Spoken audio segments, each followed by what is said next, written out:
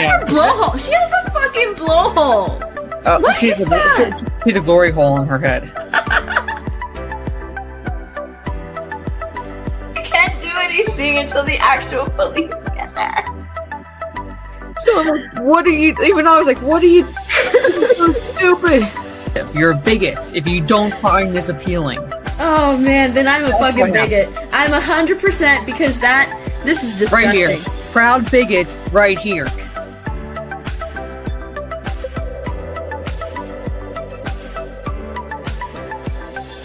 I need to calm down. I think. Okay, I'm entertaining the chat. I enjoy King Shark. I found it cute and adorable. Which are words you shouldn't be associating with King Shark. I'm sorry. I'm like literally messaging. Oh. It lasted a little bit long. This stream went on a little too long for Mara's internet. I don't care now. Oh my god, what is this? What happened?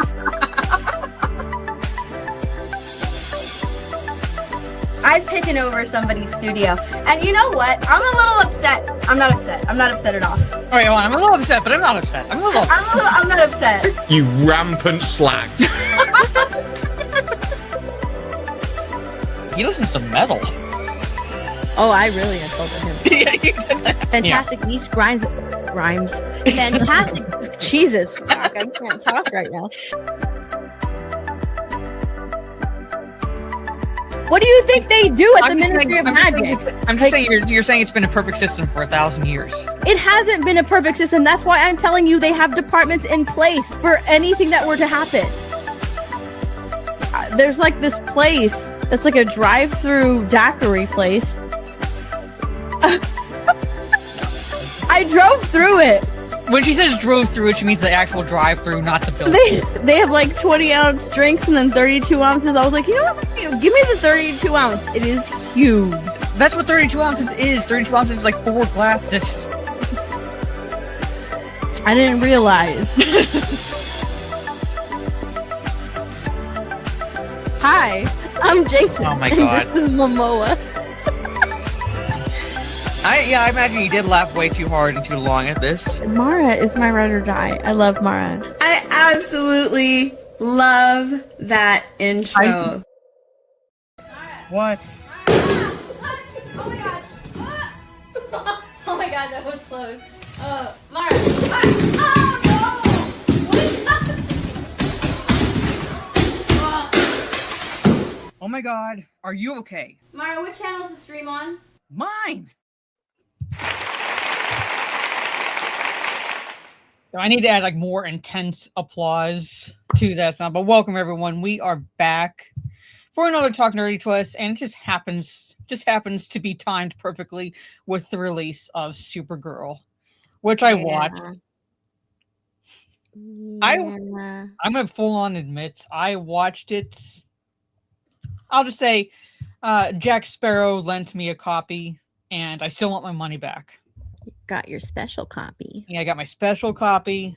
You know, he kind of like, you know, he basically like, you know, stole his way into Warner Brothers Studios, DC, and he snagged a copy, and like he's been selling it basically on the Black Flag market pretty much. So I got my copy, and was it worth it, Mara? It was. I'm not going to necessarily say it was complete shit, but I will say it was worse than Superman. And Superman was fucking bad.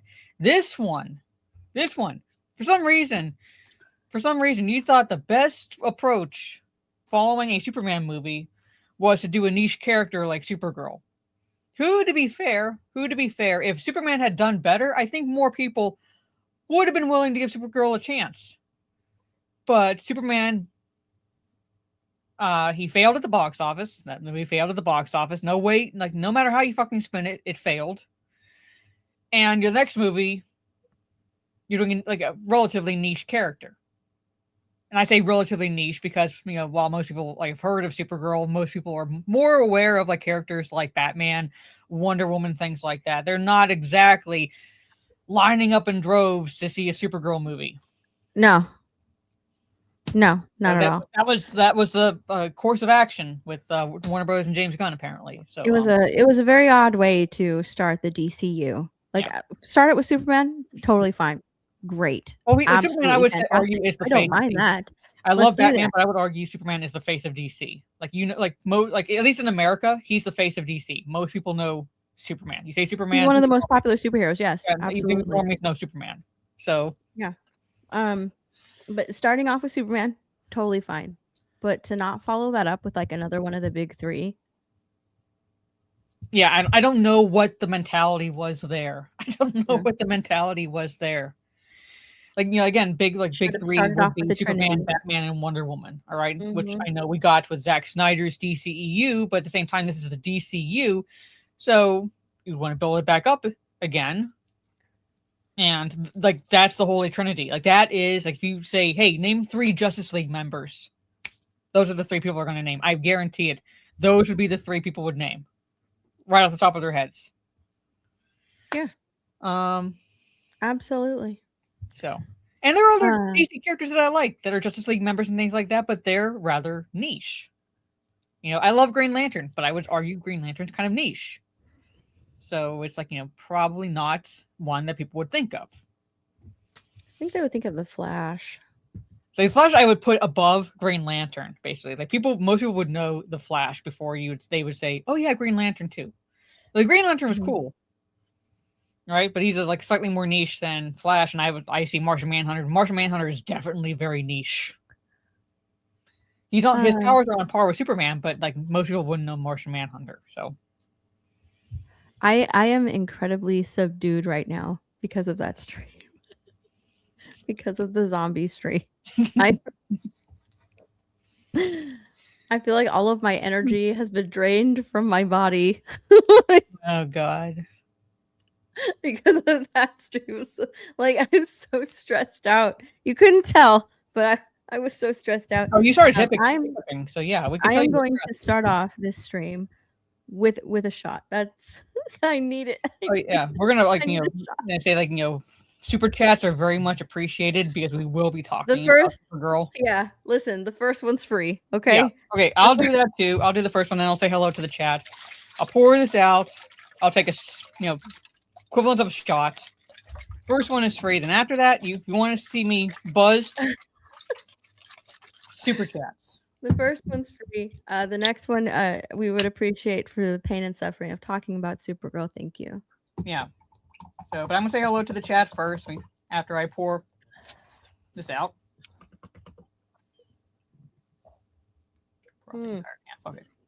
Mara, I have an update on that drive-through daiquiri place that got closed down. All right, then I'll say hello to the chat. But what's the updates? They just moved locations, so I found it again. You sniffed out the alcohol. I found it again. So now instead of like it's being right next to the nail place, it's I have to drive a little bit out of the way.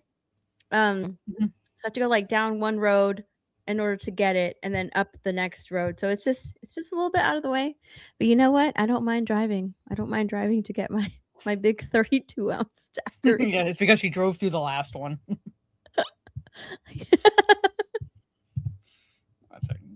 Come on, stupid. StreamYard is like pissing me off. Anyway, from the top, I gotta scroll back all the way back up. I see. Is that pronounced Cruar? I don't. So, Brother the Ninth. All right, I'm not sure how to pronounce that. I don't know why you're mentioning Fear the Beardo, but thank you for and the Fear hello. the Beardo. I know. I don't know why you're mentioning that, but nothing personal. It's just kind of weird. Beardo has never been on one of these streams. Like, no. Well, he wishes he could. I would say that. I mean, like, deep down, he wishes he could. Fear the Beardo but is he's never so been random. on one of these streams. So I just don't know where that came from. But anyway, Anthony, what is up? If I miss anyone, I do apologize. I'm going to go through everyone. Yeah, we will be talking about Supergirl. Don't worry, you can live vicariously through, with the cringe through our, review of it, basically. Yeah. Ashes Reborn, hello. Truth Warrior, hello. Yeah, this is my PayPal. Oh, I might hold on. Let me scroll back up and see if I can pin it. So if you choose to donate, I'm not expecting you to do so, but if you choose to do it rather than super chats, that's my PayPal. Soul Assassin, hello. Why is this StreamYard, like every time it updates, it goes to shit. This is true. Technically we were both late today because we were talking a little bit about Supergirl behind the scenes. So yeah. Citizen Vigilante is wicked and Joker 2 levels of compromising the basic message of the customer revolt. 2-minute scene in a terrible movie. AI could do better. I've heard, like, I guess mixed things about that movie, where it's like, some parts are like overall well done, and some aren't. I haven't watched it. Is it still on Twitter? Like, did Elon Musk still not delete it yet? Because he put it on Twitter. You'd have to look. I know I've seen scenes people posted from it. I haven't watched that yet. The impression I'm getting is that, like, overall Boondock Saints, I guess, did it better in terms of like vigilanteism. Being citizens vigilantes in a way. But I haven't seen Citizen Vigilante, so I can't say definitively if Boondock Saints did it better. Boondock Saints. Oh my god, I can't speak, Mar. I really am I am completely drained from that stream. I could barely talk. Boondock Saints is such a great movie. That's what I was going to say. But yeah, like it is even though it's a step down, I also enjoy the second movie. I enjoy the sequel. But like Boondock Saints, I think it's like if you want to watch a citizen vigilante type movie, that's the one you would watch because if you I cannot speak. Thank you. You gave me your virus. If you read the trivia from Troy Duffy, and he gives the reason why, and a lot of it stems from the motivation for Yui Bowl, and so forth. So it makes sense. So there it is. The zombie infection is contagious. Yeah, it is. Yeah. That's what happened. No, she didn't say this. So yeah, the lesbian wrestling happens when I do an unsupervised stream. Yeah, that's what happens. When I'm available, it doesn't happen. So let's see. If I miss anyone, I do apologize. I'm trying to say hello to everyone. Guy White, hello.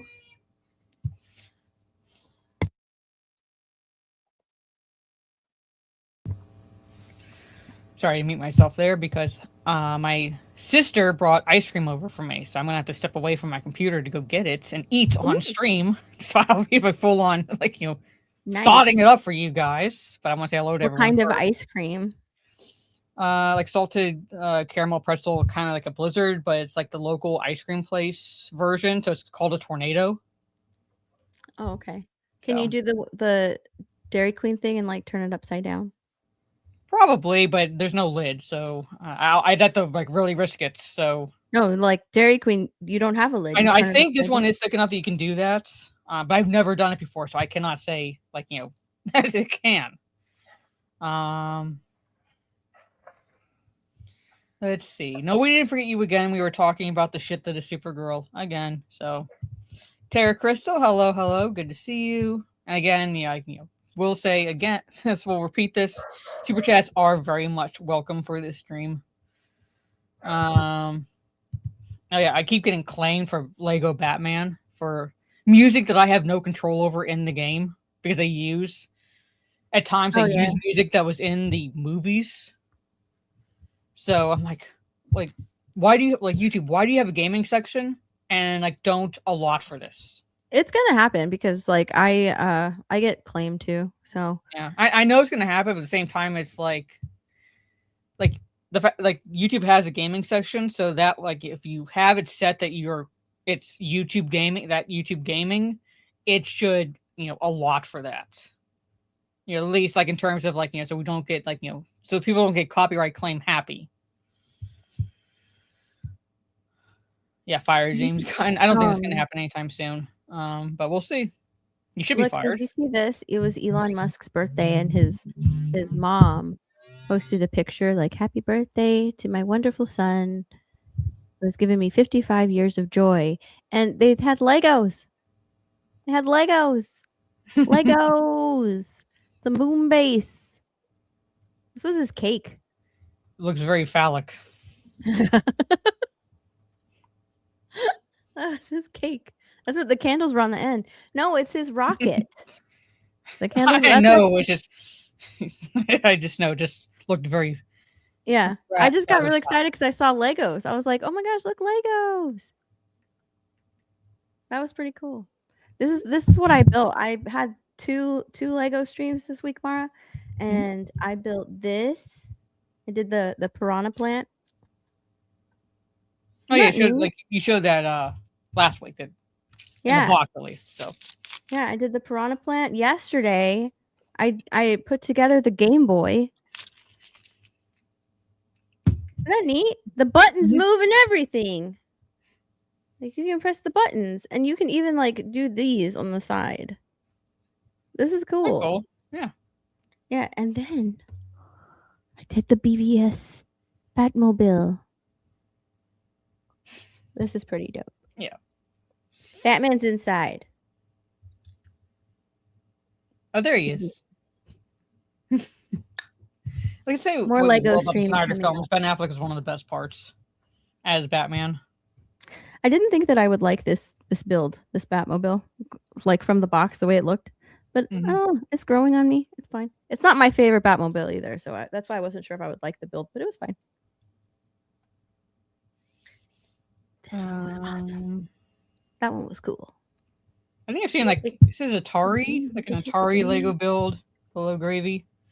Take the game You can out. refuse to watch movies, Mara. I've been doing it to your movie list for years. Well, this one I said like we'd be talking about. I knew we'd be talking about it because we are DC fans, and it is a DC release, and it's basically primed for a discussion on Talk Nerdy. So it's one of those where it's like I was going to watch it regardless, But there are other.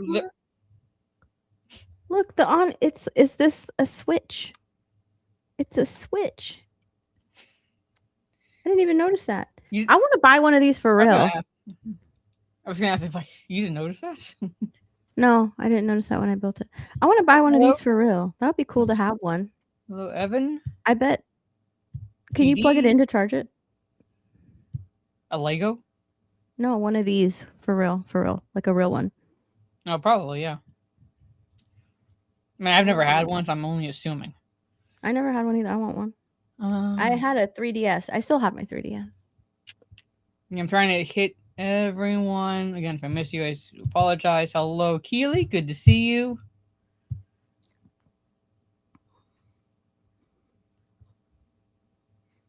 So, yeah, his is likely. Well, we'll see. We'll see. Warner Brothers seems hell bent on letting the patients run the asylum. So we'll see. Let's see. The OG Game Boy uses 4 AA batteries. I had a Game Boy. It ate so many batteries. I want one now. Uh-oh. Okay. Oh, we'll be talking about Supergirl's box office for this weekend. So we'll be talking the box office. Hello, Smallville man. Tim F. Hello. I think I'm just about caught up saying hello to everybody. So now so Disperuse messages, guys. Disperuse. TD. Hello, good to see you. Gosh. Okay. If I missed anyone, I do apologize. We do got to get started on this. So before we start with Supergirl, you get to entertain the chat while I go get my ice cream, and then that'll help also dull the pain because we'll be talking about Supergirl when I get back. Oh my gosh, I wish I did. Okay, go ahead. Yep. Mara, I could have entertained you guys by showing you my Lego collection now. but I guess not. Someone while I was building my Lego collection, someone asked for a tour of this room that I film in. So I might actually do that. I might put it on my channel. I'm debating making it like a members only thing. I don't know. Or like a full video because I don't think anybody like else would enjoy that, like making it an actual like video on my channel. I might make it members only. I don't know. But I will be filming that. I just have to clean in here. I just have to clean in here because there's stuff on the floor, there's boxes on the floor, there's empty Lego boxes on the floor, there's shoes, and I need to sweep and dust. So that might take me just a little bit to do, but I will get that done. I'm gonna do a whole room tour because I think that'd be fun. And then I also kind of want to declutter too. Like I have bins full of stuff. I don't know if I want to. Yeah, this is going to drip, but it's so thick that it wouldn't pour out. Yeah. So cool. Have you ever, Asmon Steph? No. I am not nowhere near. Oh God. I am nowhere near that status. No. It's basically like just this room that is a little bit messy and a little bit cluttered. It's that's the word I will use. It is cluttered. Yeah, it's cluttered. It's not messy or anything. It's just cluttered. I have a lot of clutter in here. So I need to clear out the clutter before I do anything else. Thank you, Psychotic Mongoose, for gifting a membership. Okay, I gotta take some out. Take a swig of alcohol. Cool. Steph has tattoos. Yes, I do. Yeah. So I have tattoos too, but because I was in the military, I had to get them in a way that they could be covered. So, and like not easily seen. So I have. It got to a point where it's if they showed when I was in the military, if they showed past here, see the camera here on the arm, like you'd have to leave your sleeves down. It didn't matter the temperature; you had to cover your tattoos. Yeah. So you wouldn't be able to roll your sleeves up past your elbow. Steph has more tattoos than Mara. I do. I have 7. Yeah, I have like and a really big one on my arm. Yeah, couple or so. So, but I'm planning on getting more. So, yeah, I think I have to be in. I don't have that thing like, oh my gosh, I have an itch. I need a new tattoo. I have to like really see something that I like. Like I had this lotus right here that was like all by itself. It was just this. And I was like, well, I want to expand on that. So I got a really big one underneath it. So yeah. The ones I want to get. Speaking of Boondock Saints, do you remember the words they had tattooed on their fingers? But I want to get them like down my hips. So those words. Pretty. Wings on my shoulder blades, if possible. And the only arm tattoo that I would ever consider getting, and that is a replica of I'm tripping on my phone. Revi's tattoo on her arm that kind of goes up to her neck. So yeah, I think like for now I'm all good. Like I don't need any more, and I don't really like have a want to get any more. I think I'm good for now. Yeah. Nice. I think that my arm one was the last one that I got, and I'm pretty happy with it. I'm like content. Yeah, so. I don't really need any. A lot of them I got with like the one that's on my heart. I just have like a little mini heart. It's like a little stamp. I got that one with my best friend. I got this one with my sister. Like some of them I got with people. Like these two, the two on my wrists are with my friends. So Steph has the Chinese symbol for soup. She thought it was a symbol for peace. Have you seen that? How like they'll get the Chinese or I haven't seen anything recently, but I've seen like accounts of like people were like, I want the Chinese symbol for this, and then the Chinese tattoo artist like goes, yeah, I'm gonna give you the symbol for like ramen. Boom, like on your and people are going out. This is a Chinese symbol for peace. I'm like, no, you're just retarded. Yeah. That's so funny. I'm actually kind of worried because I do have a symbol, like just a mini one, a Japanese symbol on my back, and I'm just like, you know what? I don't know if it means what they said it means anymore You because can it was, and yeah, like the that one, I you think can be that's the walking around with a only symbol for one. like stop sign Yeah, on I your think back. that's the only For all one that you like know. I regret because all the other ones I don't really regret, but Mhm. I think that's the only one that I do regret.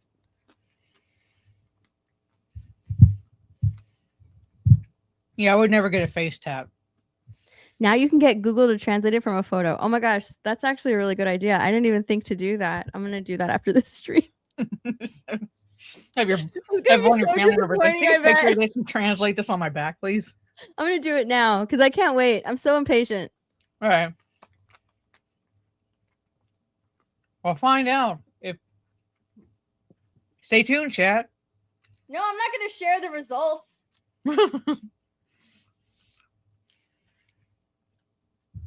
But we'll know from the sound if it's like bad or good or fine.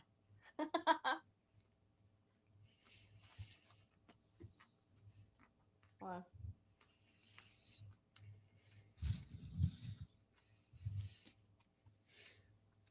Did I get it? No, I didn't.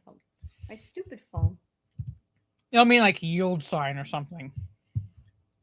It'll be like sneeze. Yes, yeah. I'll be so upset.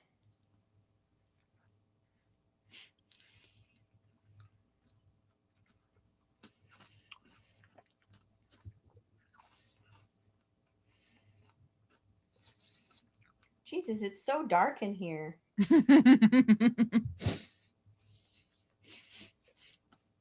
Anyway, chat. Has anyone in the chat watched Supergirl? Move on.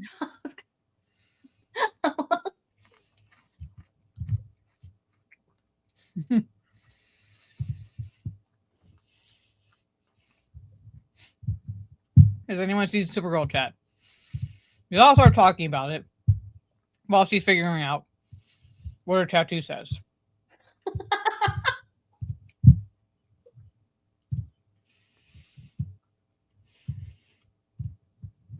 So, Supergirl.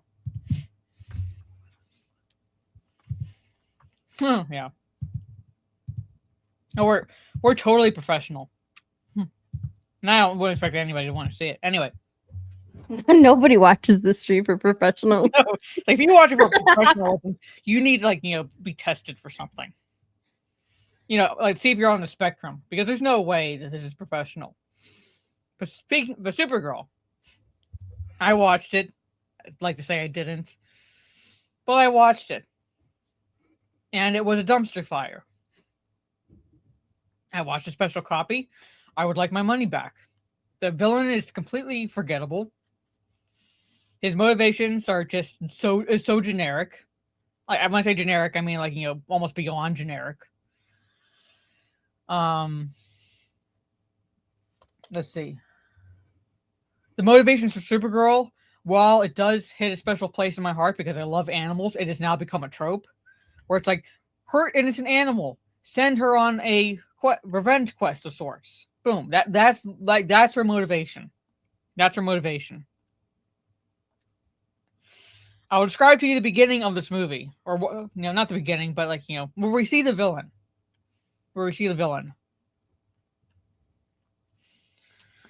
I don't know why this villain is going to see this family. Something about the swords this guy, the swords, not guns, not tech weapons, swords, and I mean like literally swords. This villain is going to see this man who makes this fancy cutlery, who has a wife and kids. All right. And the husband and the wife are speaking with this, generic villain. His name is Krem or something like that. I'm going to call him, Krispy Krem, like Krispy Kreme donuts, because he looks like his face has pretty much been fried in whatever they use to make donuts. I don't know what they were thinking with the makeup. All right. No, it's with the K, not cram. It's creme, basically. So he's coming to I guess, get these swords or something. All right. And I'm trying to set the scene up for you people. What's the girl's name who's going on the revenge quest because her parents are killed? You remember what her name is? Steph, do you remember what the girl's name is? No. I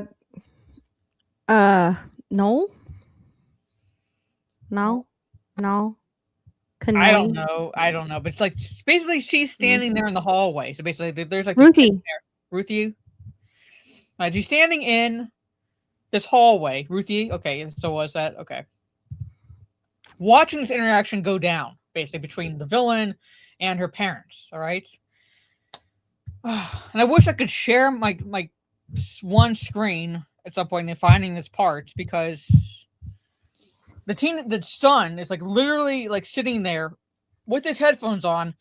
One looks to be a laptop. They literally have him like as almost like an iPad kid in his room, which is next to which is like where the girl is standing, so he can see his sister through the sliding doors, basically.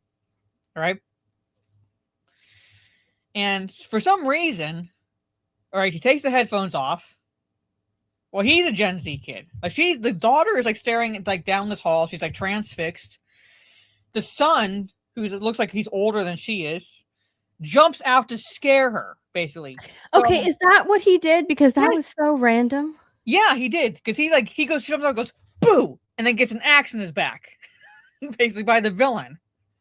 Which was that was so incredibly random. I was like, why did he jump out at her? I had to watch that part twice because I was like, did something happen? Did he hear, or he just saw her? And like as the older brother, he just jumped out and scared her. Yeah. Because that's just dumb. That's like that is the inciting incident that set things off and made her lose her family. Was he made the decision to scare his sister. That's what I thought happened, but I was like, no, that can't be right. I was thinking the time it took him to take his headphones off, get off the bed, and cross the room to the door. He would hear the discussion taking place in the kitchen. Like my reaction to seeing my sibling just staring down the hall would not be to jump out and scare the sibling. I'd want to like whisper through the door what's happening. All right. But he jumps out and scares her, or at least attempts to scare her. And the villain, who sees this happen, his immediate reaction is to throw his axe into the back of the son. Yeah. Right? Which is equally as stupid. Which it's like what he's there for the swords, all right? So what would motivate him to kill the son? All right? I can understand maybe if the parents attacked him initially, they tried to when I say attacked him, I mean defend their home, basically. They started it. I could see him going merciless on them. But that was his reaction, which doesn't make any sense either. All right?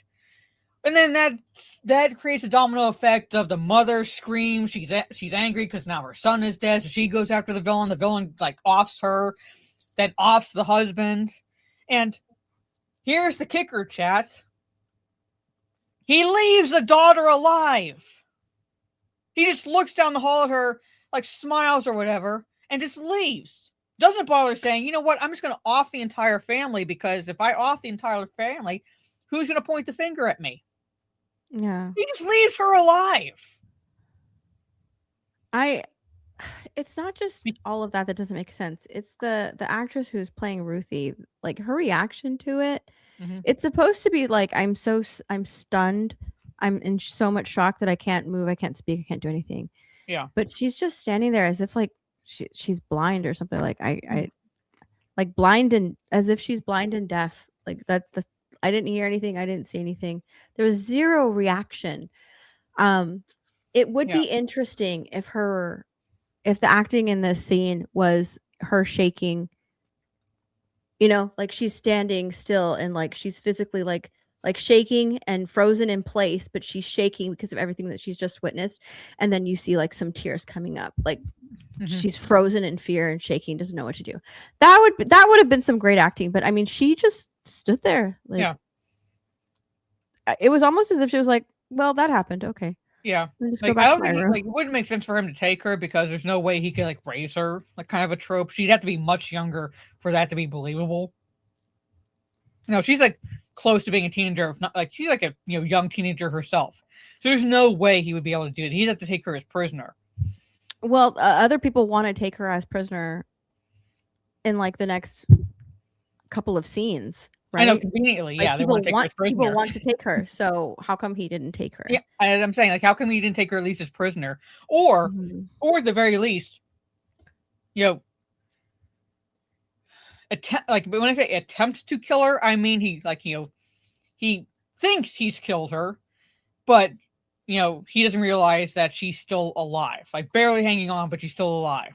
All right, and he thinks he leaves her for dead. He didn't do jack shit, either one of those. Did not take her as prisoner, and did not leave her for dead. He just left her. All right, because also the parents had traps set in place to blow up the bad guy's ship. I know, they should have just done that. As soon as he landed, just hit it, boom. Oh, dead villain. That's it. It's over. Movie's done. Bye. Yeah. What's Directed by Ryan Johnson. Showing that. What's Directed the point of even showing that? I don't know. Like nothing came from it. Nothing had. What's the point? That to tell us you're too dumb to blow it up? Yeah, pretty much. Yeah, because they blow up the ship after the shit starts to go down. Whereas, okay, you had the means to do that, and they knew who was coming, so it's not like they were in they were caught by surprise that this villain like landed in front of their home. They were prepared for him to be doing that. But yeah, let's just wait until let's just wait until 3/4 of the family is about ready to be killed, then blow up the ship. So I'm like, what? All right, but it had to be a convenience basically, because the villain hijacks Kara's ship. Because somehow, okay, now the villains are without a ship. All right, so they have to find him way off the planet. So they're gonna they're walking across this barren planet. All right, they've left well before the daughter has, because she's taken the time to drag her family out of a burning house. Yeah. And bury them. Yeah. Before she herself makes the trek to go find someone to help her find these brigands. They call them brigands. And bring them to kill to her family so she can exact revenge. Get her revenge. Yeah. So somehow she beat the villains to Kara's ship.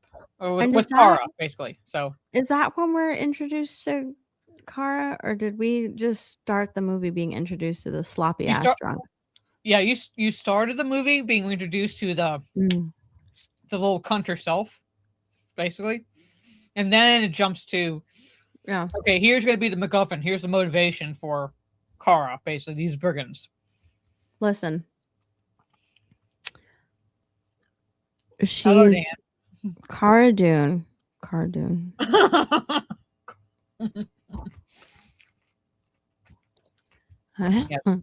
Supergirl is awful. When you're introduced to her, she is a sloppy bitch, okay? Mm-hmm. Rolling out of bed, getting drunk every single night, puking, just completely puking, eating food, and then giving her dog food from the spoon, and then like eating it again. Like, you want to talk Asmongold levels of disgusting? It's disgusting. That was that scene. It's so when they said, "Oh, she's so messy," and it'll be relatable because she's so messy, and as women, we're so messy. The hell we are. I don't think so. Like, not even in my drunkest state am I like that. Like, that is disgusting. Yeah. For them to tout this movie around like we're all so messy and damaged, and we like when they show her, I'm like, that's just disgusting. Like, why on earth would I continue watching this movie? I would have walked out. Like, that's just nasty. That's gross. If I were in theater, I would have walked out too. Like you started out by seeing her. Like the dog just Yeah. pees in the house Mhm. and she's like, "Oh, good job." Like On you don't have this smart dog trained. This dog is smart. this, And this well, dog is first off, not trained. crypto is like basically genetically bred in certain comic lines to be this smart. All right, so he would know how to do that. But not only does he pee in her ship, all right, he's peeing on a picture of her cousin Superman Yeah. on a newspaper, right? So the newspaper's on the floor, so the dog pees on Superman. Little subtlety there. And then So Superman in this movie, like, "Hey, happy birthday! When are you coming back to Earth? When are you Mhm. coming back to Earth?" Ooh. Like, I'm sorry. I hate this movie. I hate it so much. There's no bright side to this movie. There's nothing good that came from this movie. Nothing at all. I can't think of a single one thing. plus I would give this, and it's not because it's a great character, but because he entertained me. Morbidly so at times, but entertained me, and that was Jason Momoa as Lobo. I didn't even like Jason Momoa's Lobo. I said sorry. morbidly entertained because that way I was like, you know what? At least he's like, I don't know, trying as compared to the other actors. He's not trying though. He's just Yep. Jason Momoa. Like that's it. He's just Jason Momoa. Put him in Aquaman. I'll put him in his Aquaman suit. It's the exact same character. He's just Jason Momoa. Take this character and put it in Fast and Furious, and he's that character in there. He's just Jason Momoa. Also, you can pluck Lobo out of this movie, and it wouldn't affect a goddamn thing. Well, I'm not saying he made Not a a difference. thing. I'm not saying he made a difference. He just morbidly entertained me because I was bored stiff with the rest of the movie. I didn't even like Lobo. There's not Yeah. a single thing in this movie that I can pick out and be like, "Oh, that's good." Actually, no. You know what? I lie. There is one thing. Millie Alcock. She plays a damn good messy drunk. Okay, that's pretty much it. I can tell that she is just like tired and just is done with the world and just all she wants to do is sleep and drink. I can tell. She portrayed that excellent. Like that was perfect. Bravo. Mhm. She plays a very good drunk. A very good party girl. Good job. But when she has to put on the suit and be inspirational and smile and do It's the not right even thing, earned at all. no. Well, it's not earned. Yeah, you're No, absolutely right. it's It's not not believable. earned. It's not earned. But So it's when like, she no. puts it on, I'm just like, okay. Yeah. She's basically, she looks the same, except now she has the suit. At no point does she clean herself up, and say, like, I don't want to live this life anymore. I've been doing all of this for X amount of years. I don't know. At no point does she clean herself up. All she does is put on the suit. And it happens like so random. Like she just happened to bring the suit along with her, like Ruthie. "Oh, I brought the suit." Why? Because she needs to wear it in the next act. Did you? Okay, it I was watched also a special random. copy, so it was like hard for me to hear the dialogue sometimes. But the part of the final planet, we're just going to skip to this a little bit. How did Ruthie get there? Was she like hiding on that ship? Yeah, she was a stowaway. All And for right. whatever reason, she brought her Supergirl suit. Yeah, I'm saying like that was very convenient, basically, that she stowed away on Mhm. that ship. So, which you don't see how that could be possible. And two, she conveniently brought the suit. Yeah. Wait, didn't she? No. She was also captured. She was captured. She was in the cell with Lobo. Honestly, I can't remember this movie. She was in the cell with Lobo. That's how she gets there, right? And then her and Lobo break out of the cell. Yeah, they break out of the cell, but I think that's after. Oh, before that. No. Yeah, you're right. Before that, she stowed away. She stows away, gives her the suit, and then she's captured by the brigands because she's trying to like spy on them or something. Well, here, get this, chat. Get this. The planet they're on, all right? I can't even remember what planet they're on, but their planet they're on has what appears to be a kryptonite-infused sun because it's green, so it's weakening Supergirl. It has the same effect on Supergirl that it does on Superman. So it's like a green hue to the atmosphere, like the background, basically. So it's like, like somehow there's a kryptonite there. And then conveniently, while she's in a weakened state, lying like supine in this cave, all right, going through the memories that you don't give a shit about, with she's going through how your life flashes before your eyes, basically. All right. The sun turned yellow. Conveniently to heal her. so that way she could put on the Supergirl suit in the last 10 to 20 minutes of the movie.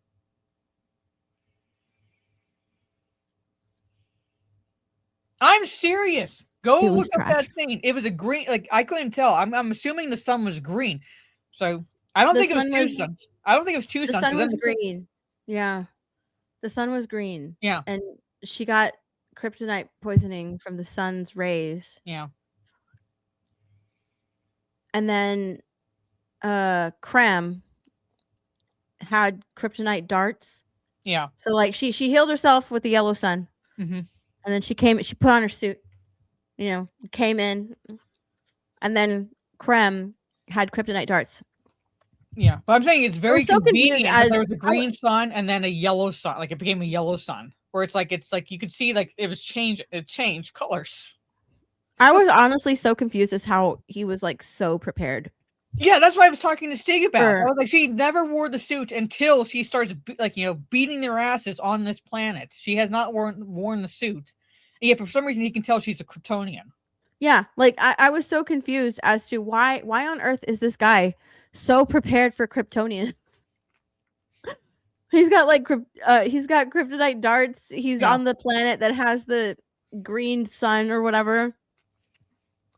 He's prepared. Like how? Why are you so prepared for a Kryptonian? It made no sense. I was wondering that. I was like, motherfucker, where did this come from?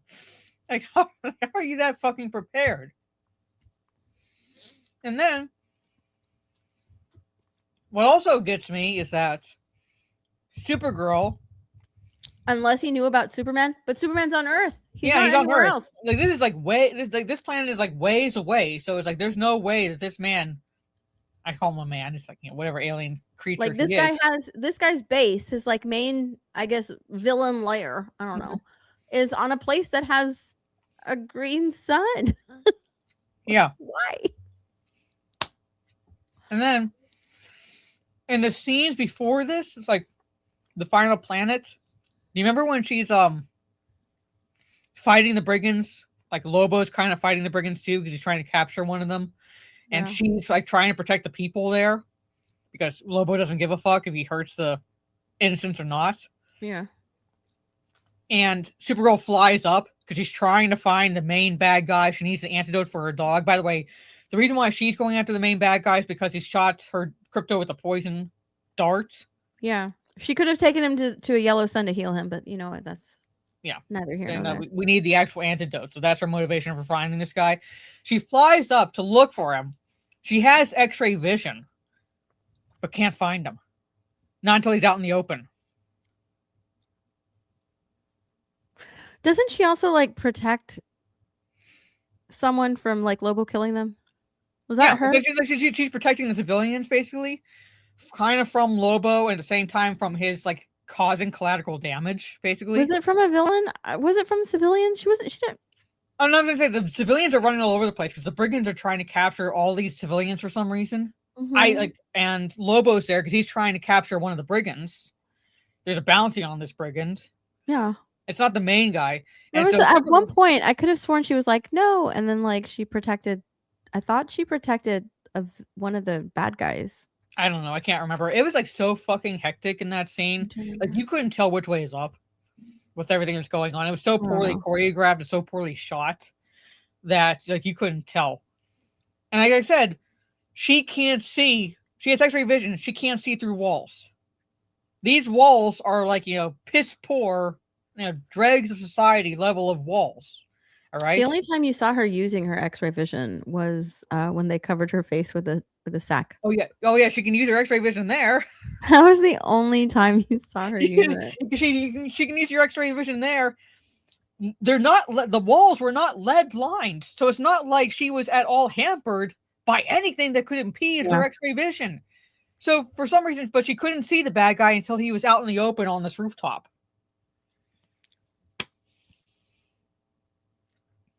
I was like, what? Yeah. This movie was so incredibly forgettable. I'm sorry. It really was. It was really forgettable. I don't even like. There are some movies that I am interested in, right? And then me and Mara will have like this conversation and we'll go back and forth and we'll tell you guys like the plot and, you know, pretty much summarize the movie and then tell you like the good and the bad. Just this movie was just all bad. Yeah. I don't think that it had a single redeeming quality. Like there are movies that I can go back and watch and I'm like, okay, well, I kind of like that. Even though I didn't like the movie, I like that part or that part. There are some redeeming qualities about the movies. This one, nothing. There really is nothing. And I'm struggling to find a single thing that I liked about the movie. There was that fight at the end where they put that movie. It was done in the aspect of Mr. Terrific in the Superman movie where he's where what's her name? Lois Lane is protected in that bubble, right? And Mr. Terrific is fighting everybody, and she's just sort of looking around. That's how the final fight is done. Ruthie is just standing there, and everything is happening around her. And I'm just like, really? That's how you want us to see the final fight, like the big fight? She's coming out in her Supergirl. Yeah, finally in her Supergirl suit, and she's all suited up. And we don't get to see much. We just see her like glimpses of her going back and forth in slow motion at some points when you get like the hero punch and the hero kick. Yeah. But it's all happening around Ruthie. I freaking hate that. I hated that part. And what song was playing? What song was playing? The music's not even memorable. It's not even memorable. The music was it just takes some time. Oh yeah, that song, but it's like a female singing. It was a female version of it. Yeah, going very slow. Yeah, it just takes some time. What's the? You know that song, Chad? I'm pretty sure you've heard it. Everything will be all right. The middle. Everything will be all right. Yeah. I was like, oh my God, they might as well have played I'm Just a Girl. Like, but we can't copy Captain Marvel too much, right? So we chose this song. And I swear, okay, this movie was made for TikTok because I kind of like skimmed it a little bit. I kind of skimmed it just to try and remember the movie. I skimmed it a little bit and I was like, this movie can be like made for TikTok. Like you can put parts of this movie and I guess like move it down to like 9:16 in the middle and it's made for TikTok. You can easily clip this movie for TikTok and use that last song that they played. That's the only I feel like that's the only reason that stupid song was even chosen. But apparently it was James Gunn. Where is it? Hold on. I found that earlier today. I saw that earlier. Apparently, it was James Gunn. So what else I'm going to say while you're trying to find that is like what stuck out to me is that Supergirl uses like certain vernacular that should be confusing to people who've not at all been on Earth. For example, she drops the word nerd when she's describing her cousin. Yeah. And she's like, Ruthie's like looking at her going, not asking like, what's a nerd? No, Ruthie somehow understands that term, basically, which is, even though it's slang to Earth, Ruthie doesn't all ask about that. And the second time that stuck out to me is when the first Supergirl fight, which you don't see because the camera's focused on Ruthie hiding. So you don't see the entire fight. And she tells this band, this group that's singing in this bar to keep singing, and she drops the word Titanic. She's like the Titanic, or she says some shit like that. No confusion, like, what's the Titanic? I have no idea what that is. I know, what's the Titanic?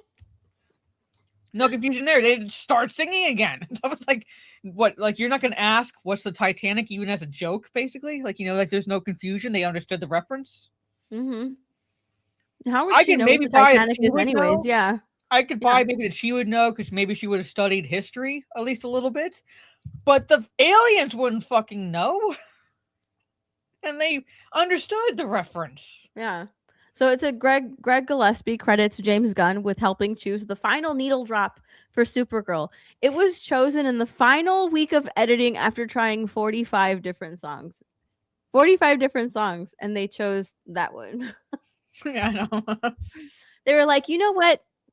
We have bored you throughout this entire movie. Let's put you to bed properly with a nice little lullaby, a nice little slow lullaby.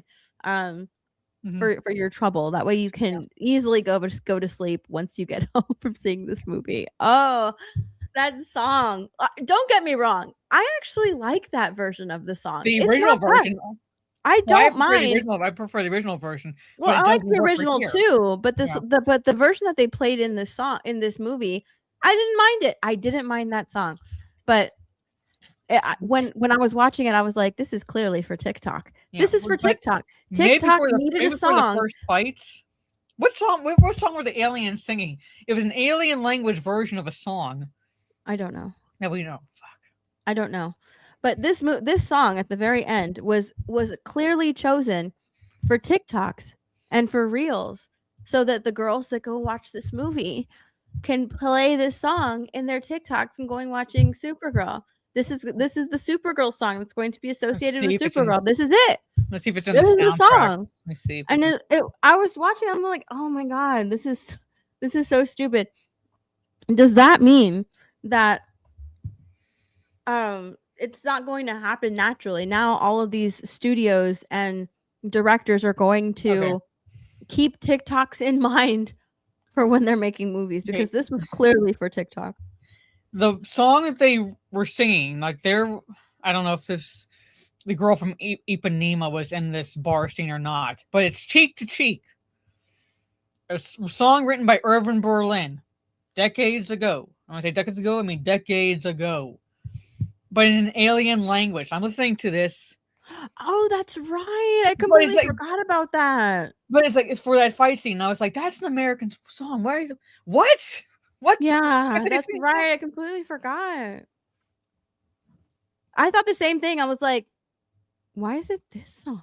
I don't know. I was like wondering that. Like George Lucas during the Jabba the Hutt scene, like at least that it sounded like alien music. Listen, even like in the remaster where they have that horrible thing with the mouth.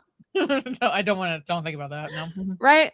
I will give him credit. That scene was pretty bad. It's not good. It's bad. But at the very least it's original. It's something different. Yeah. It sounds like we would hear aliens sing. Not Cheek to Cheek by Irving Berlin. I know. And certainly the first fight you see Supergirl actually in, we don't exactly see because the focus is on Ruthie hiding. So you just see the shit going down in the background. That's it. As they're singing the song, because somehow they know the reference to Titanic.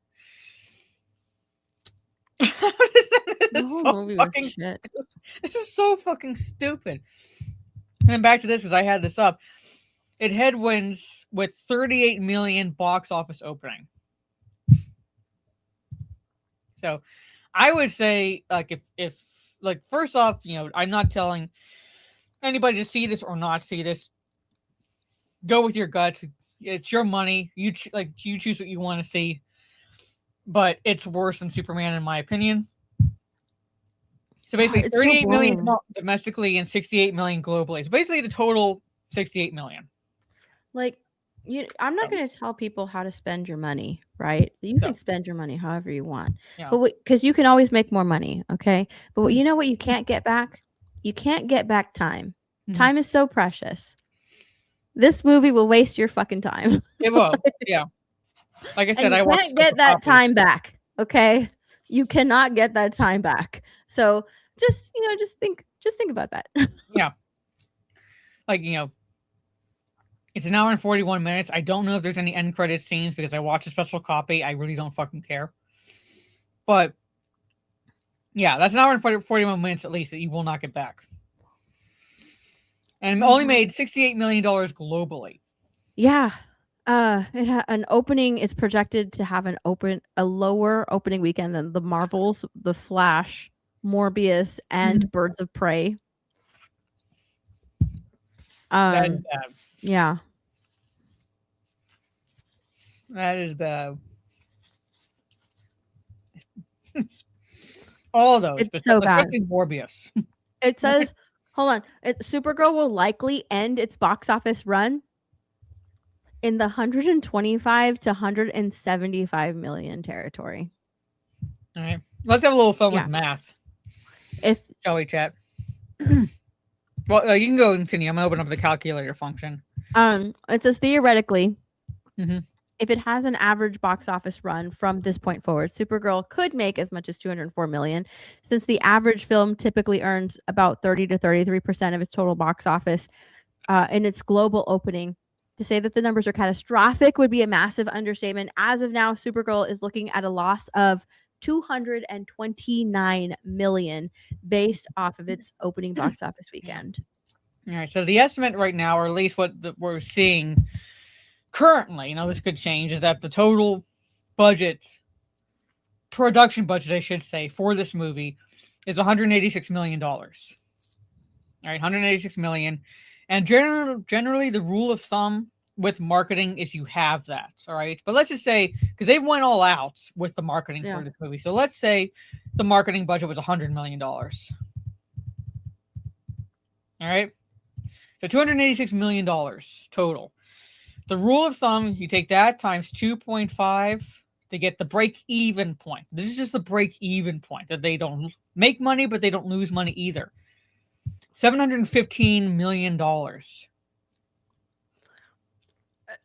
Supergirl really relied on opening weekend. This movie had to be massively front-loaded with good word of mouth in order to do anything. In order to make any type of dent or have any positive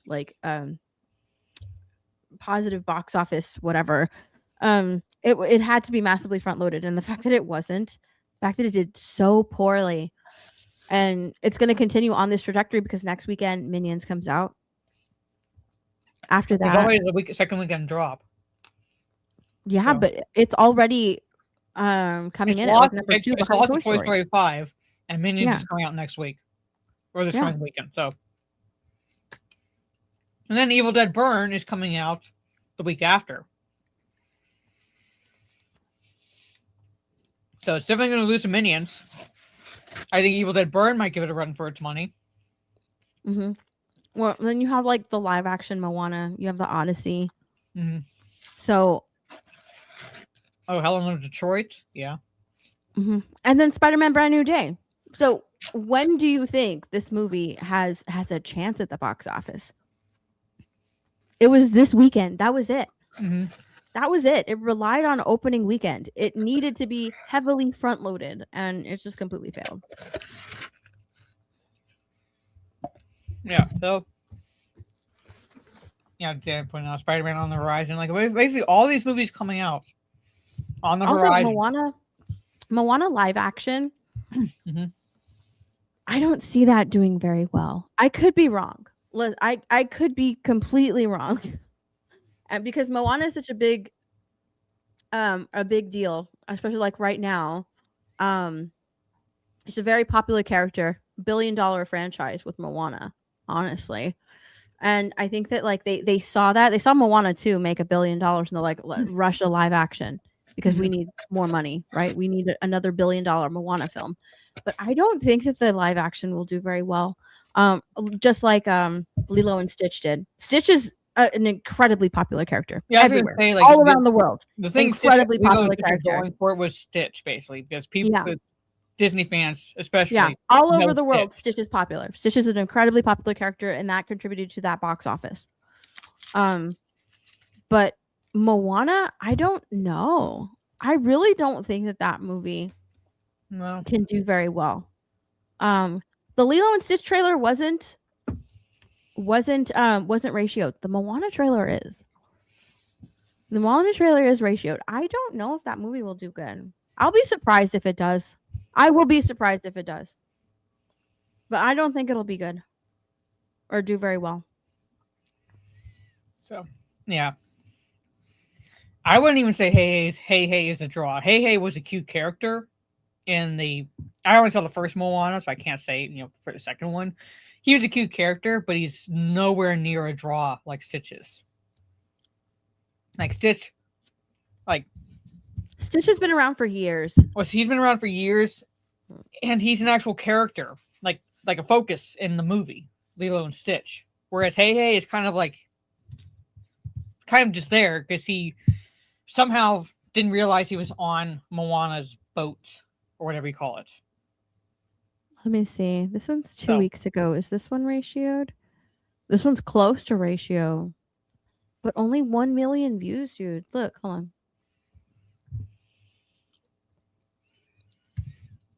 I'll just stop sharing this. This is on Disney, right? 1 million views 2 weeks ago. Mhm. It's almost ratioed. This one is almost ratioed, but Yeah. this one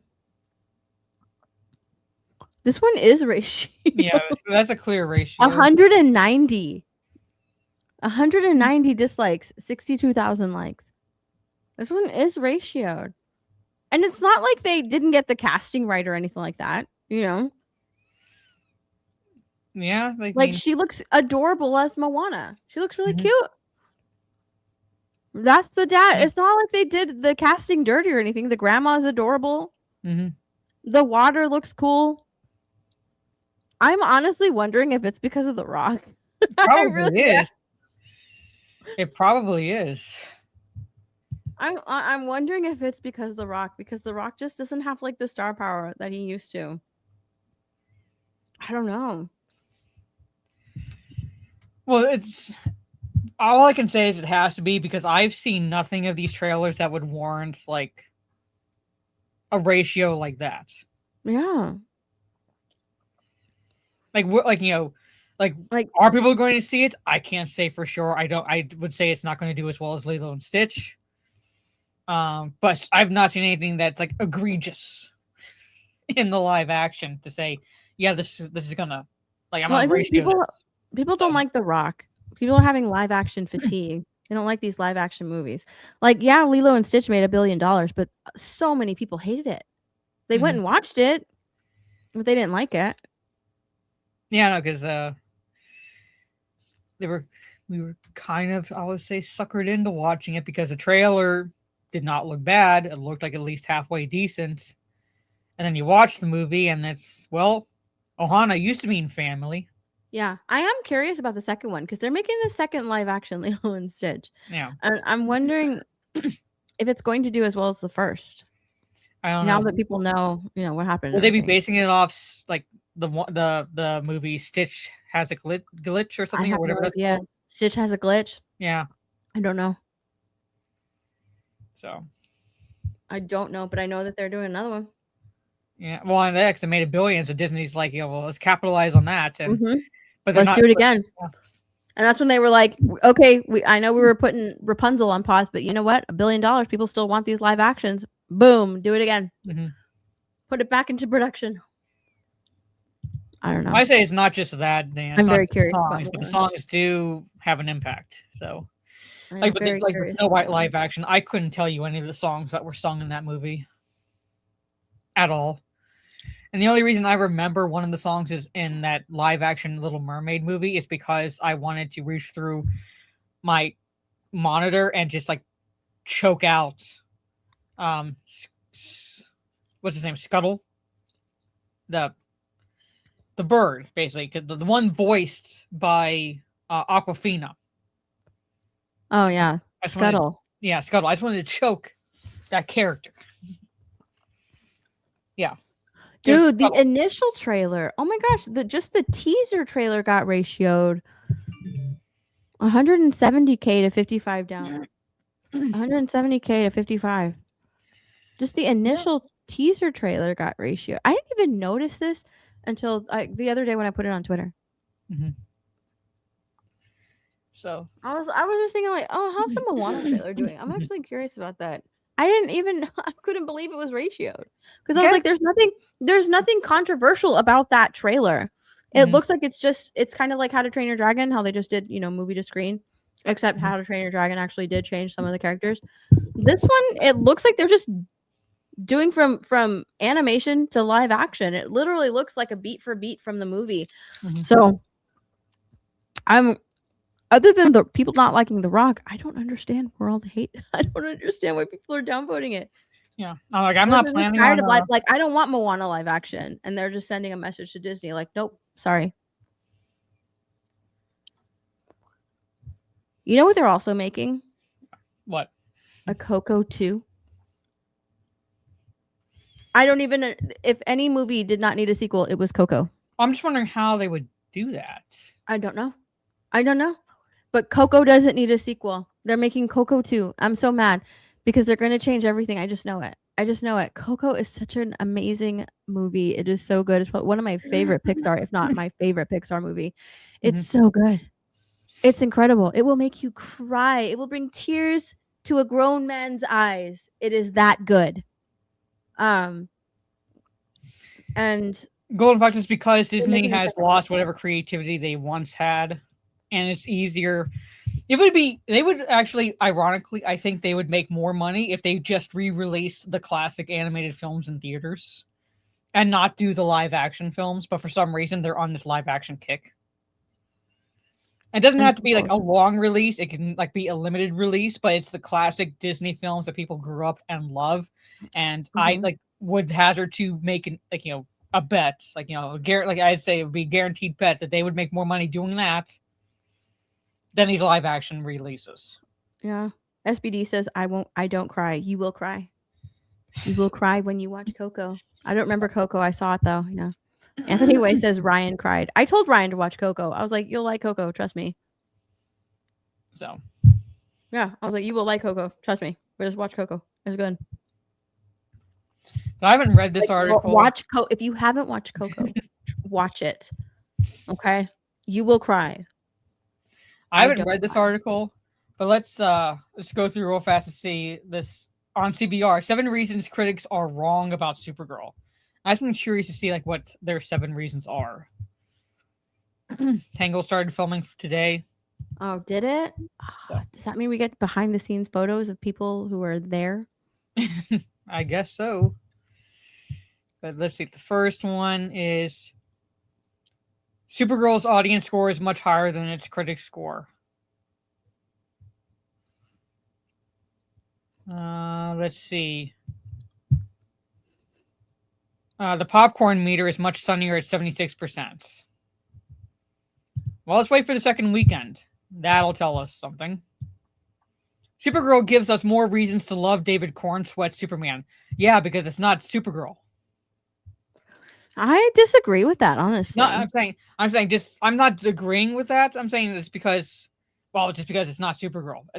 He's still not my Superman, but I'm like, that would be the reason, just because I don't like her more than I don't like him. He's in the movie like, hey cousin, when are you coming back? Yeah. So when are you coming back, cousin? I miss you. I hope you're having a good. Hello, cousin. Hi. Let me call you over and over. Are you okay? Hi, cousin. Yeah. And when she finally gets there. But she finally answers. I didn't like that last scene between them, honestly. I don't know. So, well, like, is it the scene where she like lands on Earth? Is that the scene you're talking about? Because I know at one point she answers the phone, like answers the quote unquote answers the phone while she's brushing her teeth and stuff. So it's basically she's like, again, kind of like still dirty while answering the getting the call from her cousin. And like, no, it's the very last scene where they're in the apartment together, and he's like, how long are you staying? Oh, like, yeah, that shit. Go? Okay. That's how memorable this movie is. Supergirl expands the DCU. Might kill it, too. Supergirl sets up how the DCU's projects connect. Is this like pure copium in this article? Probably. Jason Momoa is a scene stealer as Lobo. I will agree there. A lot of people who liked or who didn't really like the movie loved Jason Momoa as Lobo. But it's just, to me, it's just Jason Momoa. Like, that's literally all I see. Mm-hmm. It's just Jason Momoa. Supergirl tells an emotionally resonant story. No, not really. No. I didn't understand.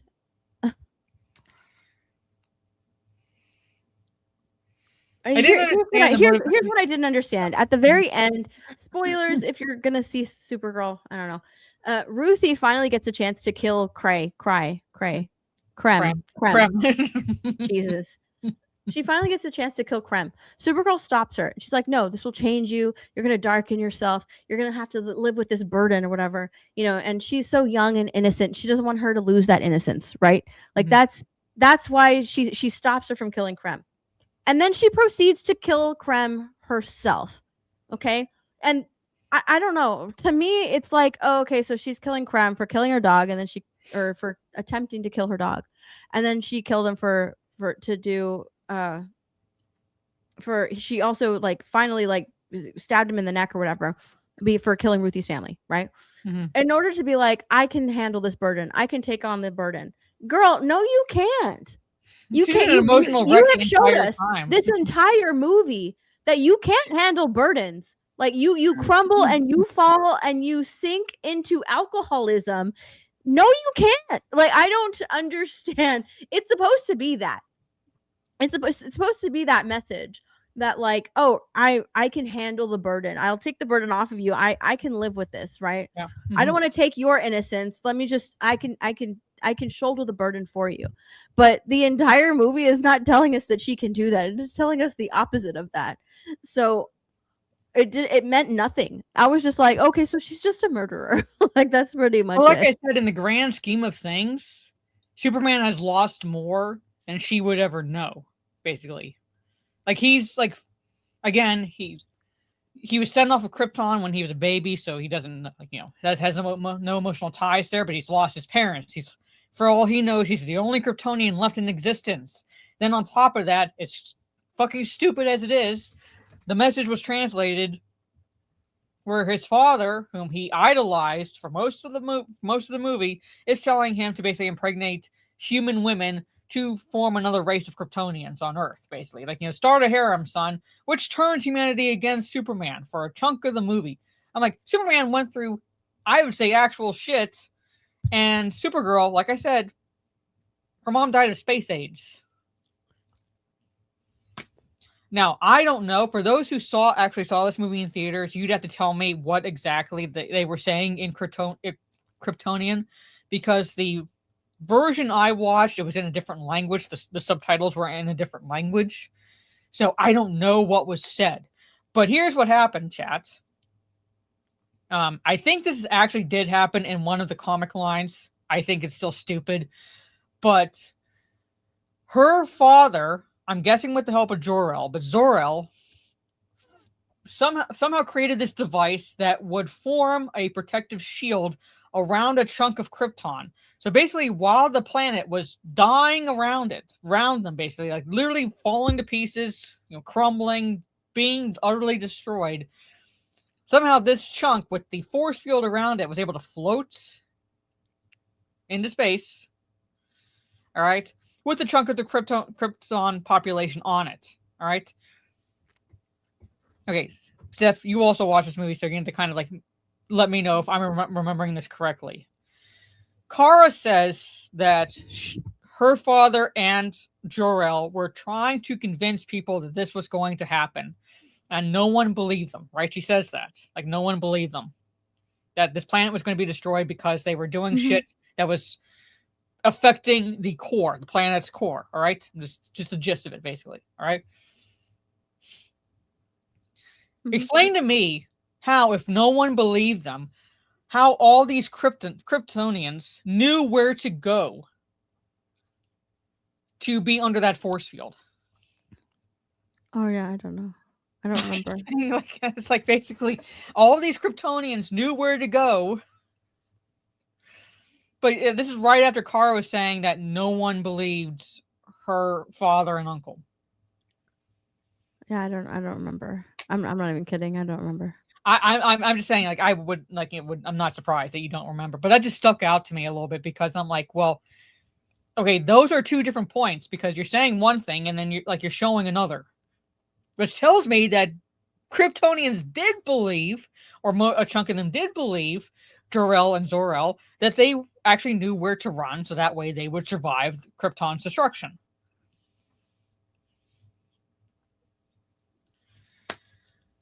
It just doesn't make sense to me.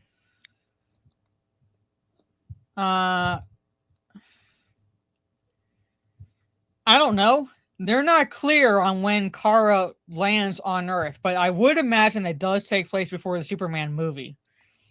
So she could have helped, conceivably have helped translate that message if she wanted to. But she was too busy going to red sun planets to drink herself into a disgusting stupor. Honestly, I'm wondering if she was disappointed when she came to Earth because she was like, "Hey, Clark, how come you haven't conquered Earth?" Oh no. None of this movie makes any fucking sense. Because when Krypton was being destroyed, like, you know, they doubled down on it. They're like, "Oh, there you go, the Conqueror." They called him the Conqueror. I don't know. Yeah, I He's don't the know. Maybe, Conqueror. Like, hey, how come? Hey, why aren't where's your harem, Superman? Yeah, Where's where's your like, harem? where are your bitches? Like, where? Why Like, didn't you conquer Earth? So, what do you mean? Did Clark tell her? Did Clark tell her what? I think like she lands on Earth before the events of Superman take place. So it's like at that point, like the message wasn't translatable. At least because it was like garbled. So it's like some part of it was broken. But still, she would have been able to translate that shit for him because she still spoke Kryptonian. She literally lands on Earth, and her first words are in Kryptonian because Superman. It's like a dumb fucking joke, but the whole humor to that scene is that Superman can't understand her because he's been on Earth the entire time, so he's speaking English. So she knows the language, and yet for some reason she couldn't translate it for him. You know what? I saw this on Twitter today. Or was it yesterday? I don't know. Let me just remember this. It says, I hadn't realized that Picard's trench coat in Superman is much better made than the one she wears in her own movie. It has more wear and personality than the one she wears in Supergirl, which looks like she just bought it from H&M. That's true. I actually love this whole look. Mm-hmm. I like this so much better than this. Look at her hair. Like, go back to the first picture. Her hair even looks lighter. Her hair looks different. Actually, I like the skirt better in this one. I like the skirt. Yeah, but like her hair looks like a darker blonde in the movie, her movie. But in this one here, it's kind of like an ashen blonde. She looks a little bit more, just a touch kept together. Like she's got some makeup on.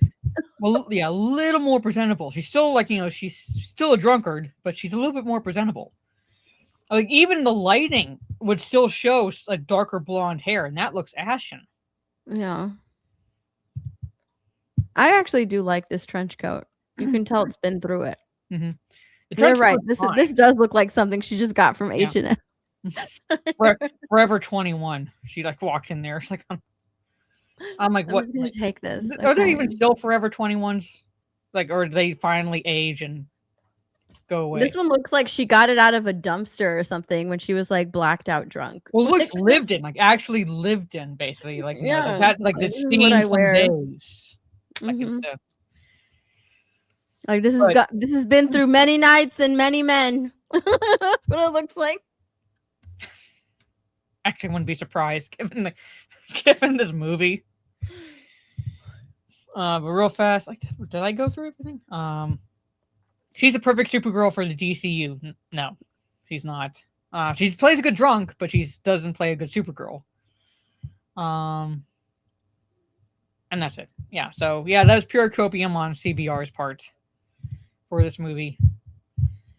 And I do have another article basically with James Gunn. Apparently the ending to the comic when I say adapting, I say that very loosely, but the ending of the comic, from what I can tell, is that Krem lives.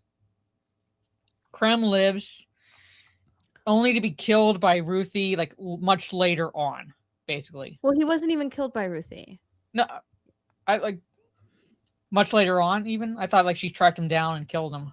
Even Tom King said that. She was an old lady. She hit him. She bonked him on the head with the cane. He never dies. Okay, he never dies. I know at the end of this, Supergirl sends him to the Phantom Zone. He spends years there. Okay, I'm just saying, but the end of this movie, he should have been alive. She shouldn't. He should have been alive. Yeah. So Krem doesn't die in the comic. Yeah. Okay. No. Supergirl brings Ruthie back, but Ruthie's like, isn't Ruthie like old or something? She like hits him with the cane Yeah. on the top of his Something. head. Yeah. And like even when he falls People- back, you can see him like hold his head, and then he sort of just like lies there after that. In the comic, he doesn't die. Yeah. So, but I guess, but they changed it in this movie basically. Like to your point, it doesn't make any sense for Supergirl to stop Ruthie from doing it, which is what I kind of appreciated with Lobo's line. Again, like I know I get your point that Jason Momoa is playing himself as Lobo basically, but when he's talking with Supergirl, and Supergirl says it's not that simple, and Lobo goes, "Yeah, it is," and he just drops Krem. I'm like, kind of is that simple. Let Ruthie kill him. Basically, get the antidote and let Ruthie kill him. Because, like, at this point, you're supposed to be grown emotionally. I don't even remember that scene. I'm not even kidding. I don't remember that scene. That just stuck out to me because I'm like, it really is that simple. It really is that simple. I know you need to get the antidote, which you can do because apparently Krem is wearing this antidote in a necklace, like as a necklace, like in this thing that he's hanging from a chain, conveniently hanging from a chain or whatever cord on his person the entire time, right? That Kara needs for her dog. And I'm with Lobo. It really is that simple. Get the antidote, let Ruthie kill him. It is that like it's, but no, she stops Ruthie. Like, no, this will change you. Don't do it. Mm-hmm. And then as soon as Ruthie like walks away, shank in the neck. Basically. I'm like, well, that like whatever growth was there is gone now. There is no growth in this movie, though. I know. I'm saying. I said whatever growth was there was supposed to be there. I should say whatever growth was supposed to be there at that point. Like now it's like definitely non-existent because it's like what? I know. Crypto is in most comic stories. Crypto is Superman's dog. He's supposed to be Superman's dog. He was supposed to be sent to Earth in the same capsule as Superman, or close to it, like Superman, basically. And or at least like close to it, right? But he's supposed to be Superman's dog. They gave Supergirl Superman's. I don't want to say his origin or anything like that because hers is still different, but she comes to Earth with Crypto, and also the message that her father gives her is the one that Superman was supposed to get, right? Not like go conquer Earth, because they double down on it in Supergirl, where he's the conqueror, and then that message that he gets while he's on Earth, you have to conquer Earth. They gave the positive message to Kara. So, like I said, the subtitles were in a different language. So basically, it's kind of like you just said like Superman's message: "You are the best of us." Like you are, like literally, like like the last, like our, like our hope, basically. The positive message that Superman should have gotten from his own father, Jor-El.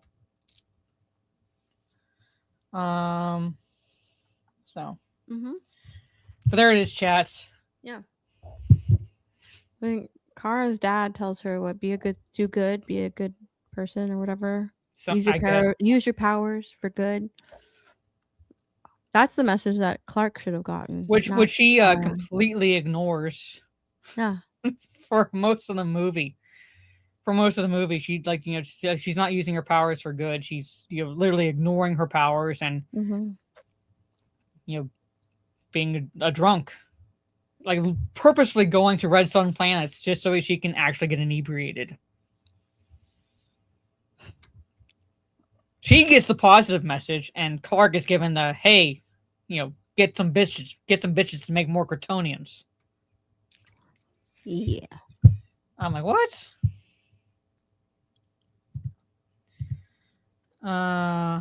So yeah, what else can we talk about that's not Supergirl related? So we're not going. Siblings, go away. Boyfriend. Okay, that's the Supergirl box office. I have the Batman Nightfall trailer, first trailer dropped. I have the DC just officially confirmed its next big screen villain, which I believe is in the Dynamic Duo film, and that's going to be your Bay, Jason Todd, apparently. Yeah, my Jason Todd. Yeah, we'll do that because that's at least a little positive for you, hopefully. Because She's a Red Hood. I love Jason Todd. She's Red Hood is bae to her, and Nightwing's bae Yep. to me. So, but so DC just confirmed that its next big screen Batman villain, the upcoming dynamic duo film, it's going to, like, at least according to this, it's going to be Jason Todd, aka Red Hood. Isn't that supposed to be animated? Yeah, I believe so. Like kind of like Nightfall, the adaptation. Mm-hmm.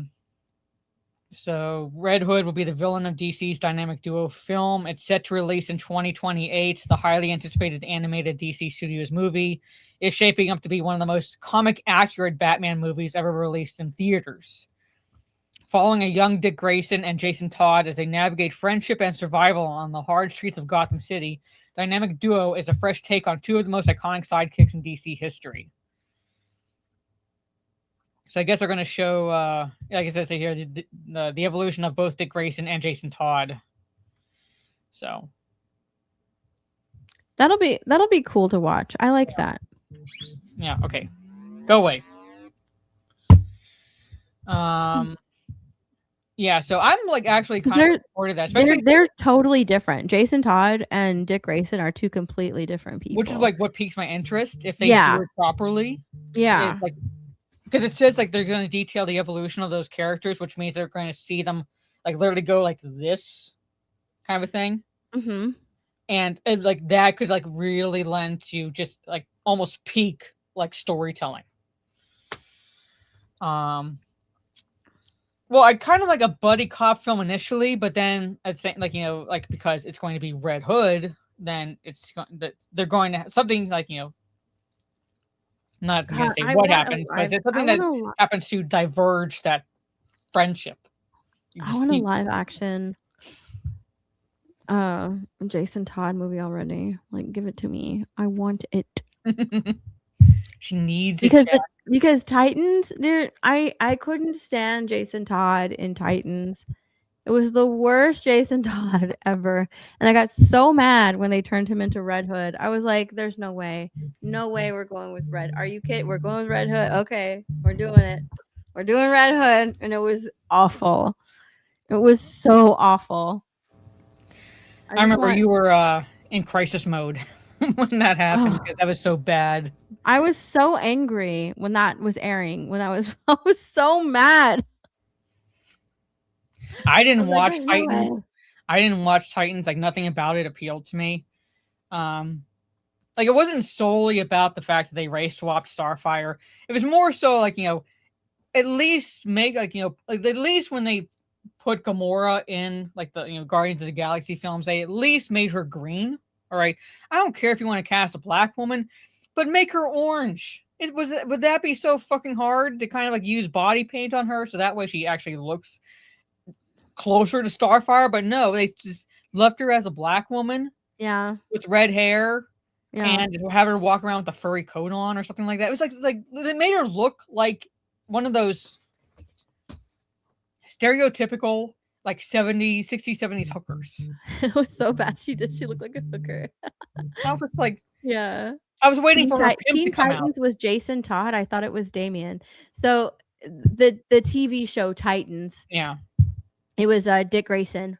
And then they brought in Jason Todd later on, and then he got turned into Red Hood, and it was so bad. It was terrible. It was the worst thing I've ever watched. Yeah. So Jason Todd's kind of a jerk. Yeah. He's not. He's bigger. I like the guy with damage. Oh my gosh. That's like stereotypical woman. He's supposed to be. He's supposed to be a jerk. So. Go figure. Yeah, like I think he's a more interesting character to me. Yeah, he's a more interesting character to me. I like his backstory. I like everything about that character.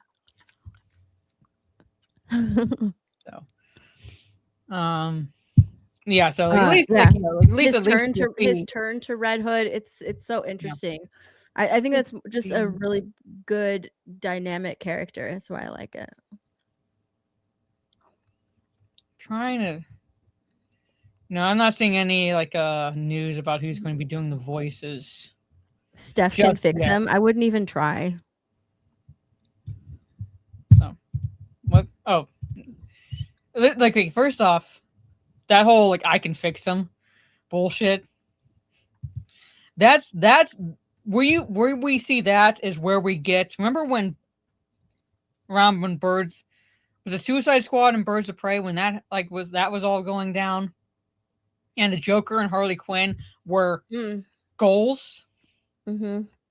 Yeah, they're not supposed to be goals. Yeah, I'm saying like shit like this where it's like I can fix them. That's when we get this is like this is our like relationship goal. Like no, it really Yeah. is. No. They're not supposed to be goals. No, it's just like no.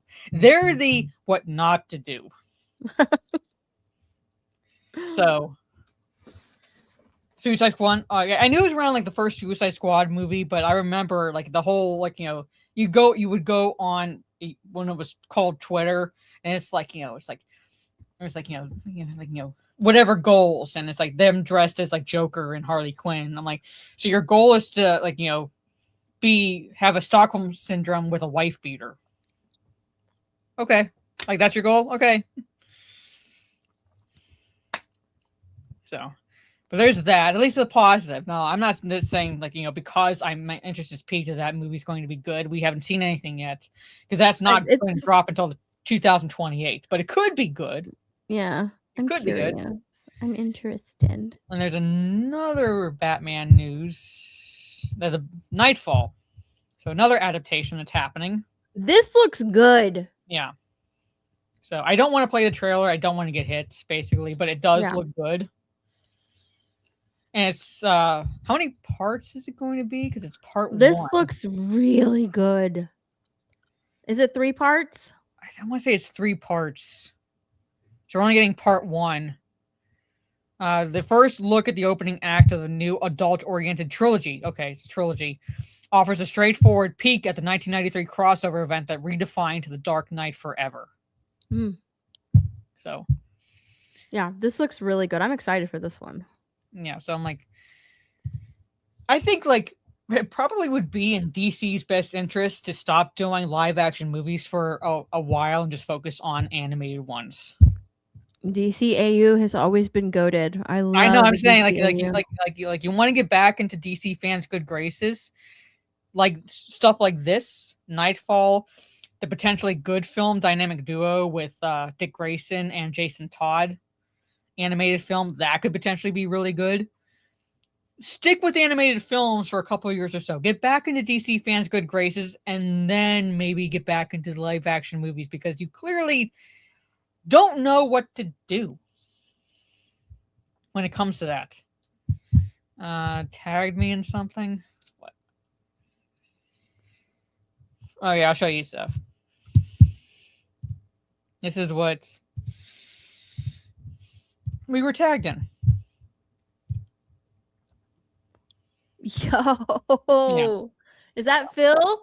Oh my god, I need to save that. That is so good. So it makes total sense. Like I said, because she is a Red Hood Bay, Red Hood's her Bay. I'm a Nightwing one. So oh my god, I love this. I love this. So I might actually have this printed and just put it on my wall. This is amazing. So, I freaking love that. And that makes me want to do a Red Hood gender bend now. What we should do is just like both. Maybe not this Halloween, but like a Halloween down the road is do the gender bending of these two heroes. Yes. So I come on as Nightwing and you come on as Red Hood. I love that. I love this so much. I can't print it out just yet to put it on my wall because like I said, I'm going to be changing setups and stuff. Yeah. So, but when I am able to put it on my wall, like it will be part of like, the posters and other things I'm going to be putting on my wall. I was hoping you to approve. I loved it, Phil. It looks so good. Yes, Golden Fox, you can gender bend Zatanna. I'm sure with your legs you can pull off that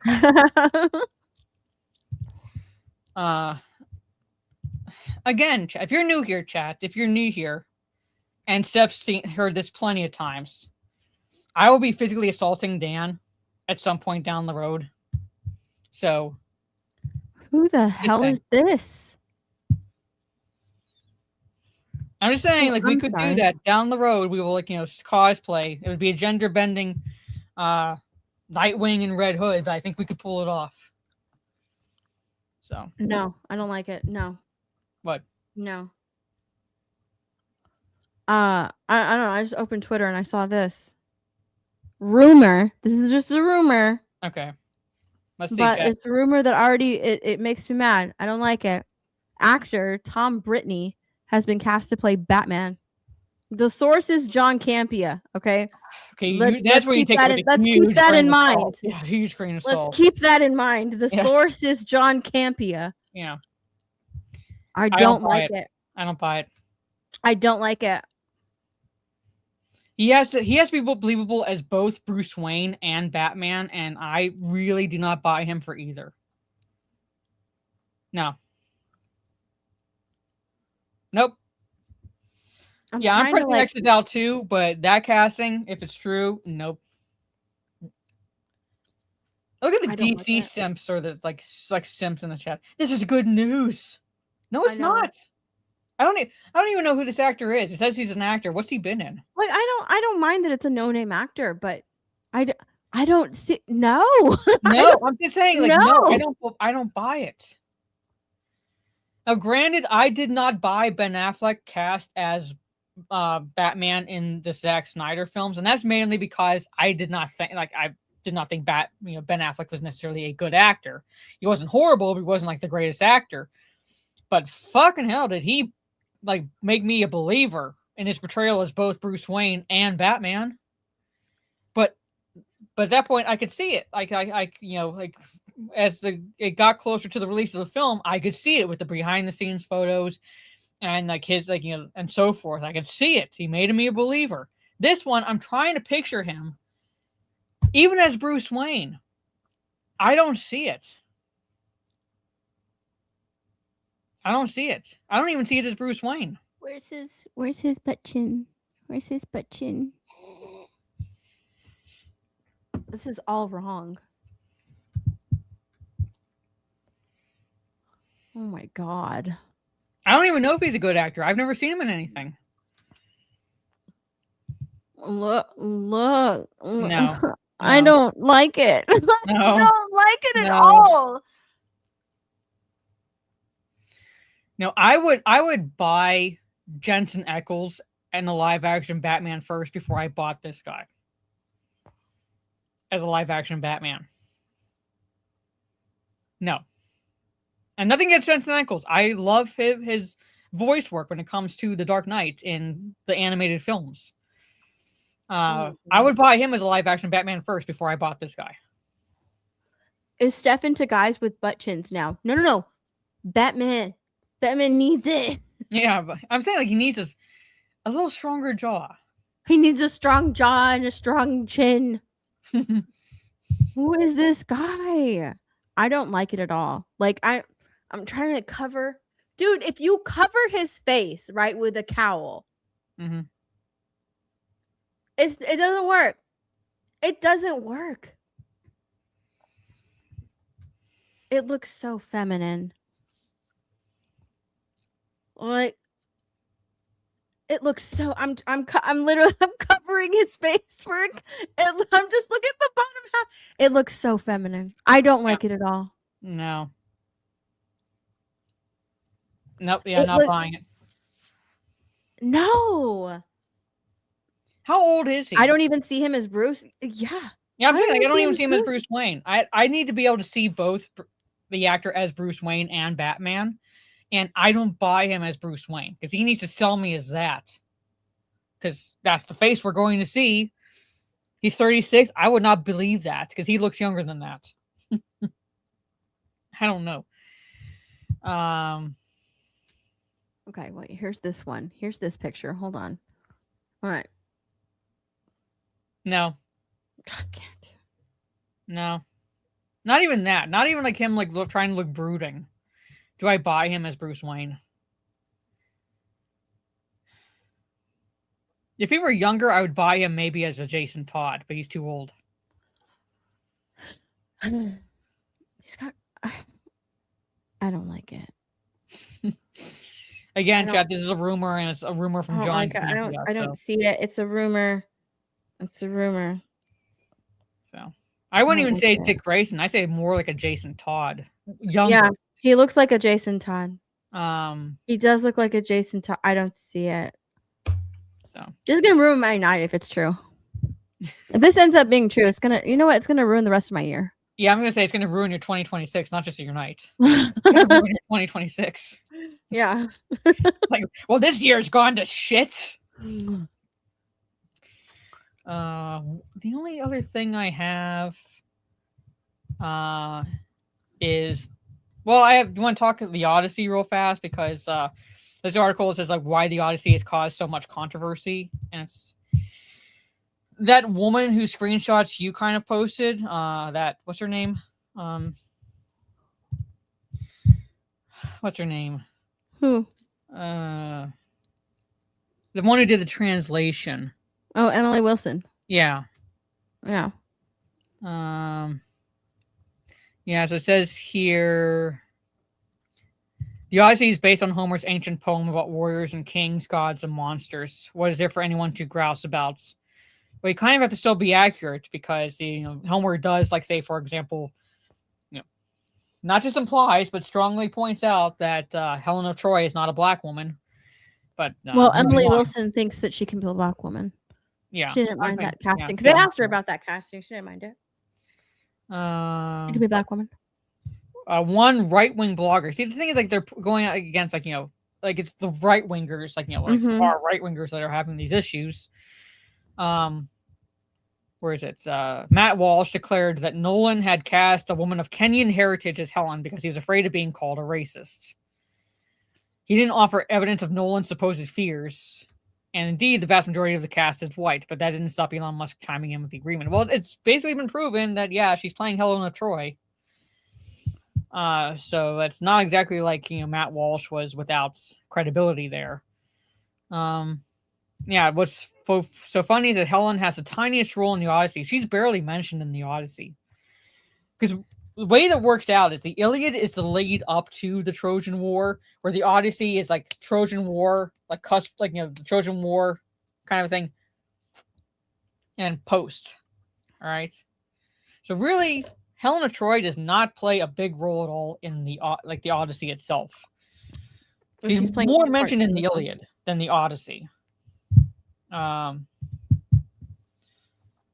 Yeah, so basically, like, people have a problem with her translation because and you know what, they have every right to have a problem with her translation. It's because it's coming from a feminist. Yeah. And she did an interview with Vulture, and it was just this past week, I think she did an interview with Vulture, and it was they were asking her all of these questions, and yeah, she's a super feminist. She's incredibly feminist. Right here, Chad. This is the quote. The last, I find it quite. Oh yeah, quote. Why do you? She was asked, why do you think people feel such ownership of the Odyssey? And she says, I find it quite baffling. It's people who don't care about the poem, yet when it comes to this culture war, internet discourse, they perform anger about it and a protectiveness of it. It has to do with an idea of a totally stable notion of greatness and masculinity. My identity as a man taps into this tradition, and the tradition has always been this way, and my imagined idea about ancient literature confirms that. Anything that challenges that interpretation of what ancient history is threatens their identity in terms of their gender and racial identities. Except that the Odyssey is not up for interpretation at all. But yet she interpreted it. She interpreted it from her point of view, from her feminist point of view. But oh my God, I forgot what I was going to say. Holy crap. Hold on, you keep talking. I have to read this again to try and remember what I was about to say. Yeah, so she's rewriting a country's history. Like, this is like, she's basically telling the Greeks, right? Oh, yes, thank you. That's what I was gonna say. Why do people feel such ownership over the Odyssey? You know what the Greeks do? The Greeks do, because that is their culture. Yeah. That is their culture. She makes no mention of like the Greek people. They didn't even ask her about the Greek people writing the letter in that Vulture article. They didn't even ask her about that. You Of know, course, yeah, they because that would just go against the narrative. they just stuck to why what about outrage culture, people on the internet, haters on the internet. They asked her about Christopher Nolan, and then they asked her about like her being the first woman to interpret it, blah blah blah blah. That's all they asked her. They didn't even touch on the Greek people being really upset about the casting themselves. They didn't even ask her any questions about that. No, I said like that would go against. I would actually have to point out that people like who do have a legitimate criticism. I'm saying like because they have it's but Greek no, mythology.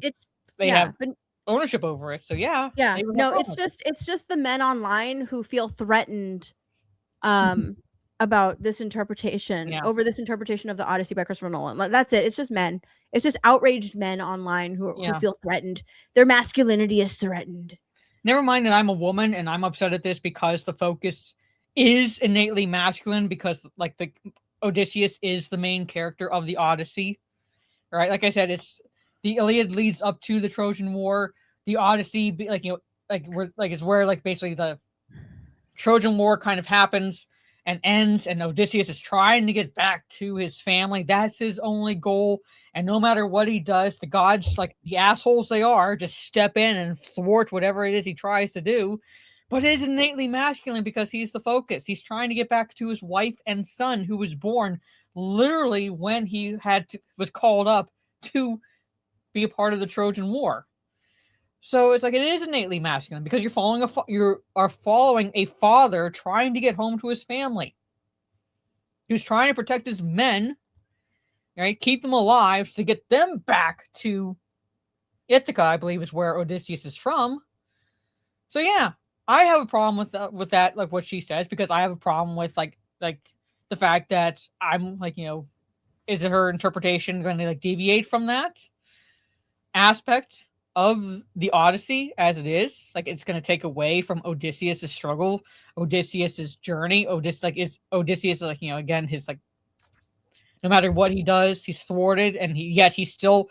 It takes him 20 years, 21 years to get back to his family, but he still gets there because that's the driving force of why that's the driving force.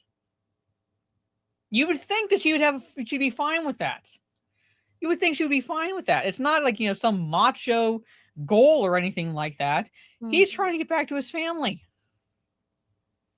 So you'd think even a feminist would have no problem with that because it kind of like, humanizes him in a way. He's a great hero, but at the end of the day, he's a father. He's a husband. Yeah, he's a leader and he protects his men. All right, like his men look up to him, but at the end of the day, he's a husband and a father. I'm sorry, I basically, when I was student teaching, I taught the Odyssey as part of like the curriculum, basically. So it's like, I'm looking at this going, I'm like knowing what I know of the story. You would think it would be fine with like modern audiences nowadays because Odysseus is, while he is innately masculine, he's not so overly masculine that they feel they would need to cut him down.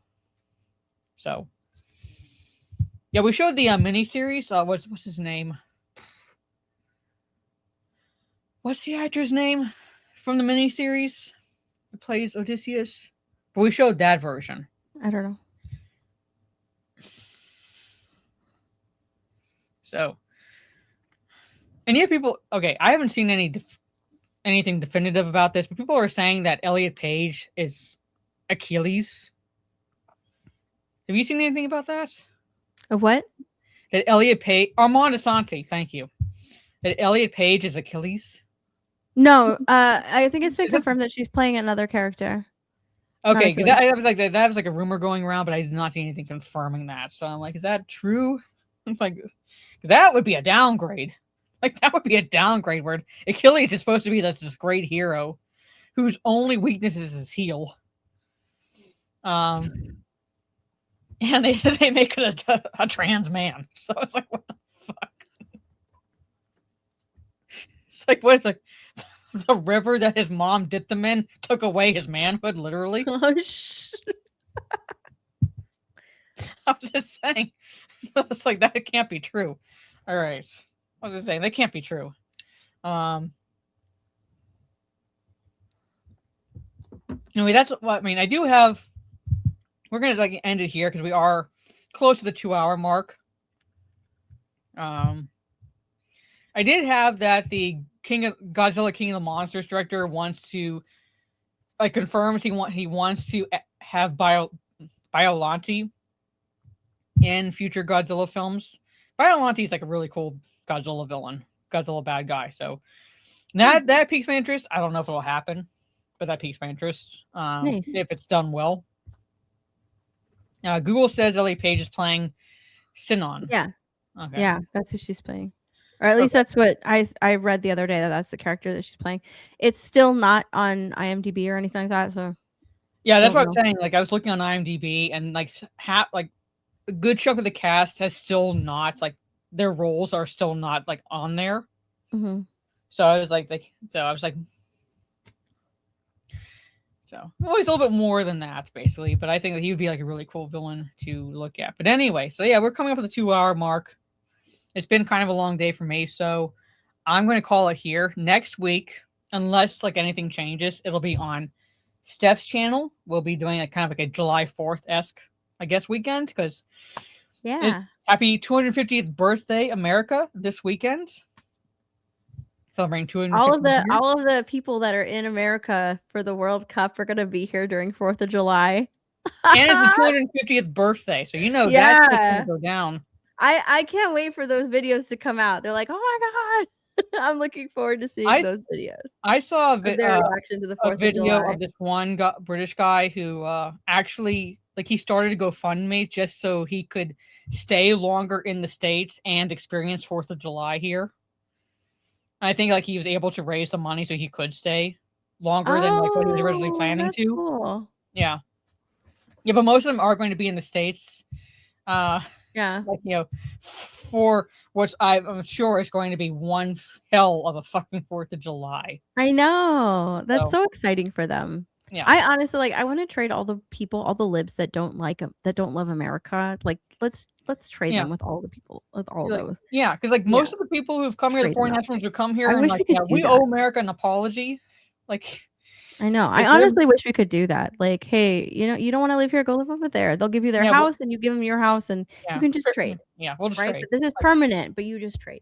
Yeah. Pretty much. I mean, like I would like love for that to happen because where I'm at, it's like if you don't this country's not perfect, but if you don't love it, there's people here that are saying we owe America an apology and are actually I saw a British couple that's actually actively considering moving here. That's how much they love America. They are actively considering moving here. Okay, they want to move here. We'll just like, hey, we'll give them your house. You go live where they used to live. This British couple also rescued a puppy while they were here. Aww. Right? Yeah. That's so sweet. Yeah, they rescued a dog while they were here. All right. And they've actually been like, you know what, if we move here, like what city would you like, what state do you like suggest we move to? Like they are like actually actively considering doing that. Experience says we have AC. Yeah, they don't have AC over there. And like that's one of the things they've been amazed at. Like, oh my God, they walk into a Trey says British people are wowed by our cars. Our cars, Walmart, Buc-ee's. Buc-ee's is a new favorite for most of the World Cup attendees that are foreign nationals or like come here. Yeah. Was it Bass Pro World? That's like another one. Bass Pro like, Shop. Pro Shop. Whatever. I don't go to that place. There's none around here. I do. Bass Pro Shop. But like they've been wowed by those stores, those locations. They've been wowed at the portion sizes. I was hoping because I went to Buc-ee's. When did I go to? But like two weeks ago. Was it 2 weeks ago? I was hoping to see like some people there, some foreigner, but I didn't. I went to Buc-ee's to go get my 4th of July shirt. I always get like a 4th of July Buc-ee shirt. Oh yeah, they've been like amazed that we have a concept called free bread and refills and ice. And ice. And ice. they're just amazed at that. I saw a reel where this British national was like ready to cut into these ribs, and the owner like walked over to him, took the utensils out of his hands, and had him pick up the spare ribs to eat Oh, it that yeah, way. I've seen that one. Yeah, because he's like, no, he this was is how you cutting do into it. his Yeah. rib with Sorry. his knife and fork, and the owner was like, "No, put those down. No, You put this eat down. it like this. Like, put It's this a down. rib." It could have. And that's another thing that like they've been fascinated with, or like like love is like Texas barbecue, because they've been like reels of them going to like these barbecue places, and like you've seen the Japanese guy who's like umai, like he's like amazing umai, like he's trying Texas barbecue, absolutely loves it.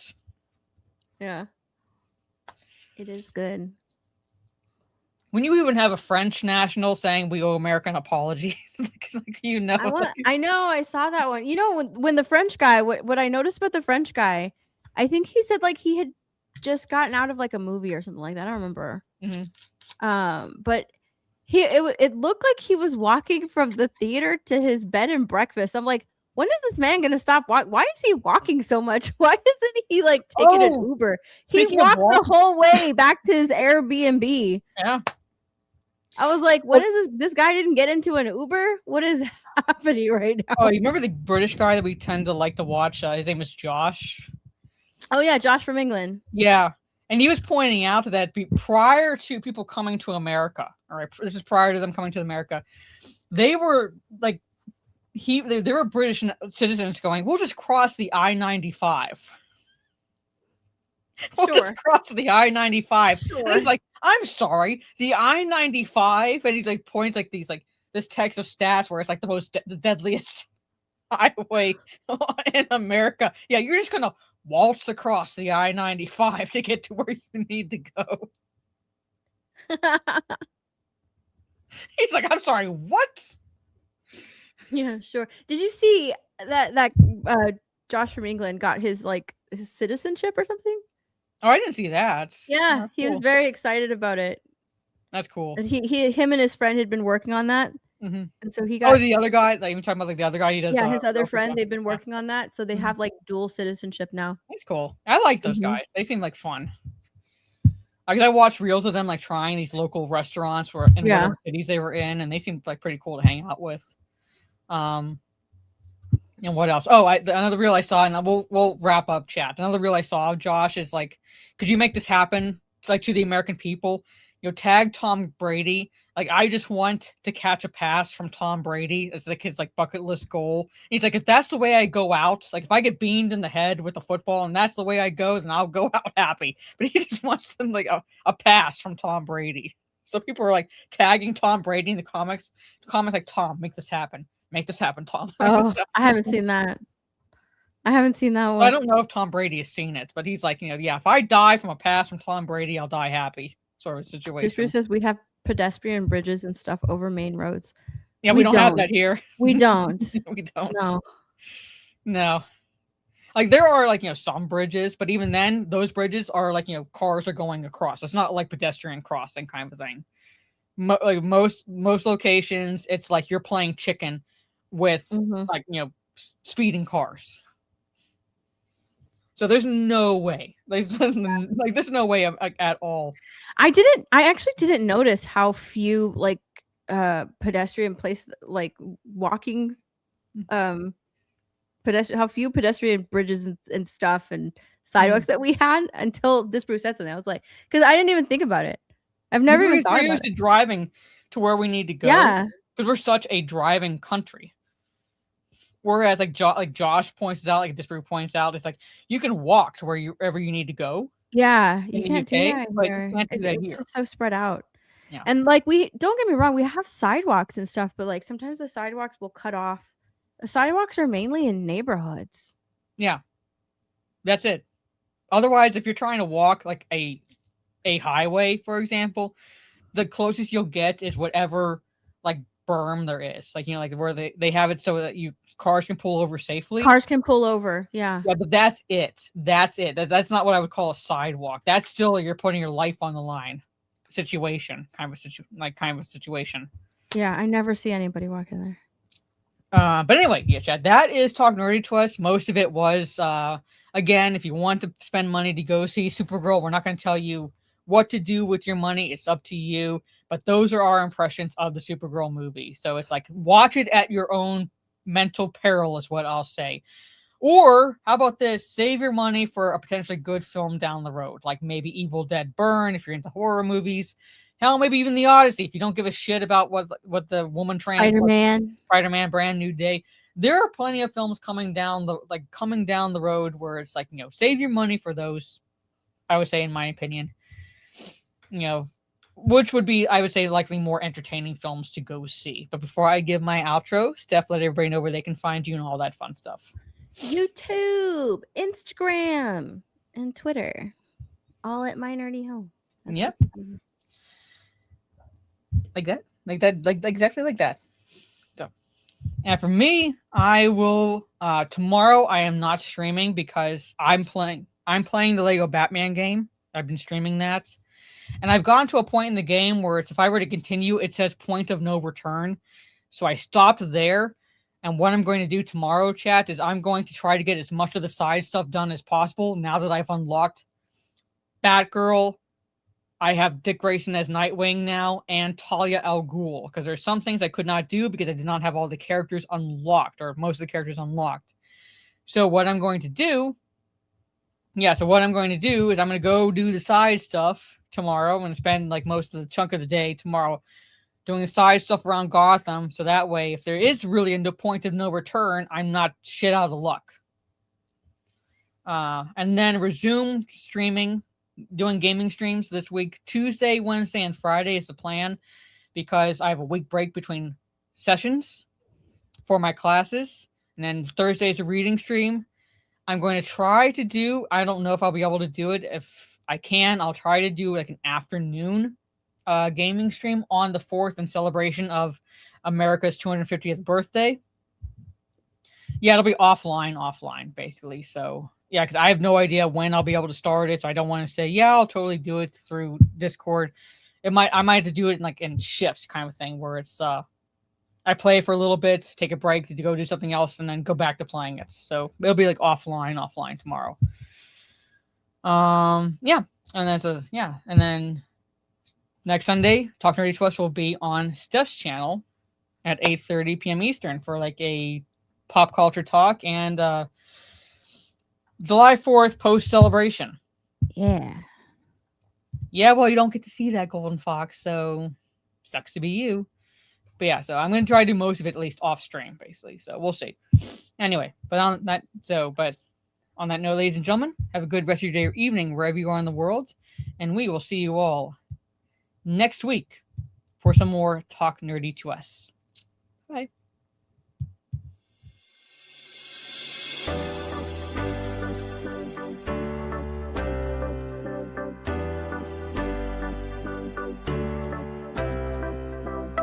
Look at her blowhole. She has a fucking blowhole. What is that? She's a glory hole in her head. Anything until the actual police get there. So I'm like, what are you? Even I was like, what are you? So stupid. If you're a bigot, if you don't find this appealing. Oh man, then I'm a fucking bigot. I'm 100% because this is disgusting. Right here, proud bigot, right here.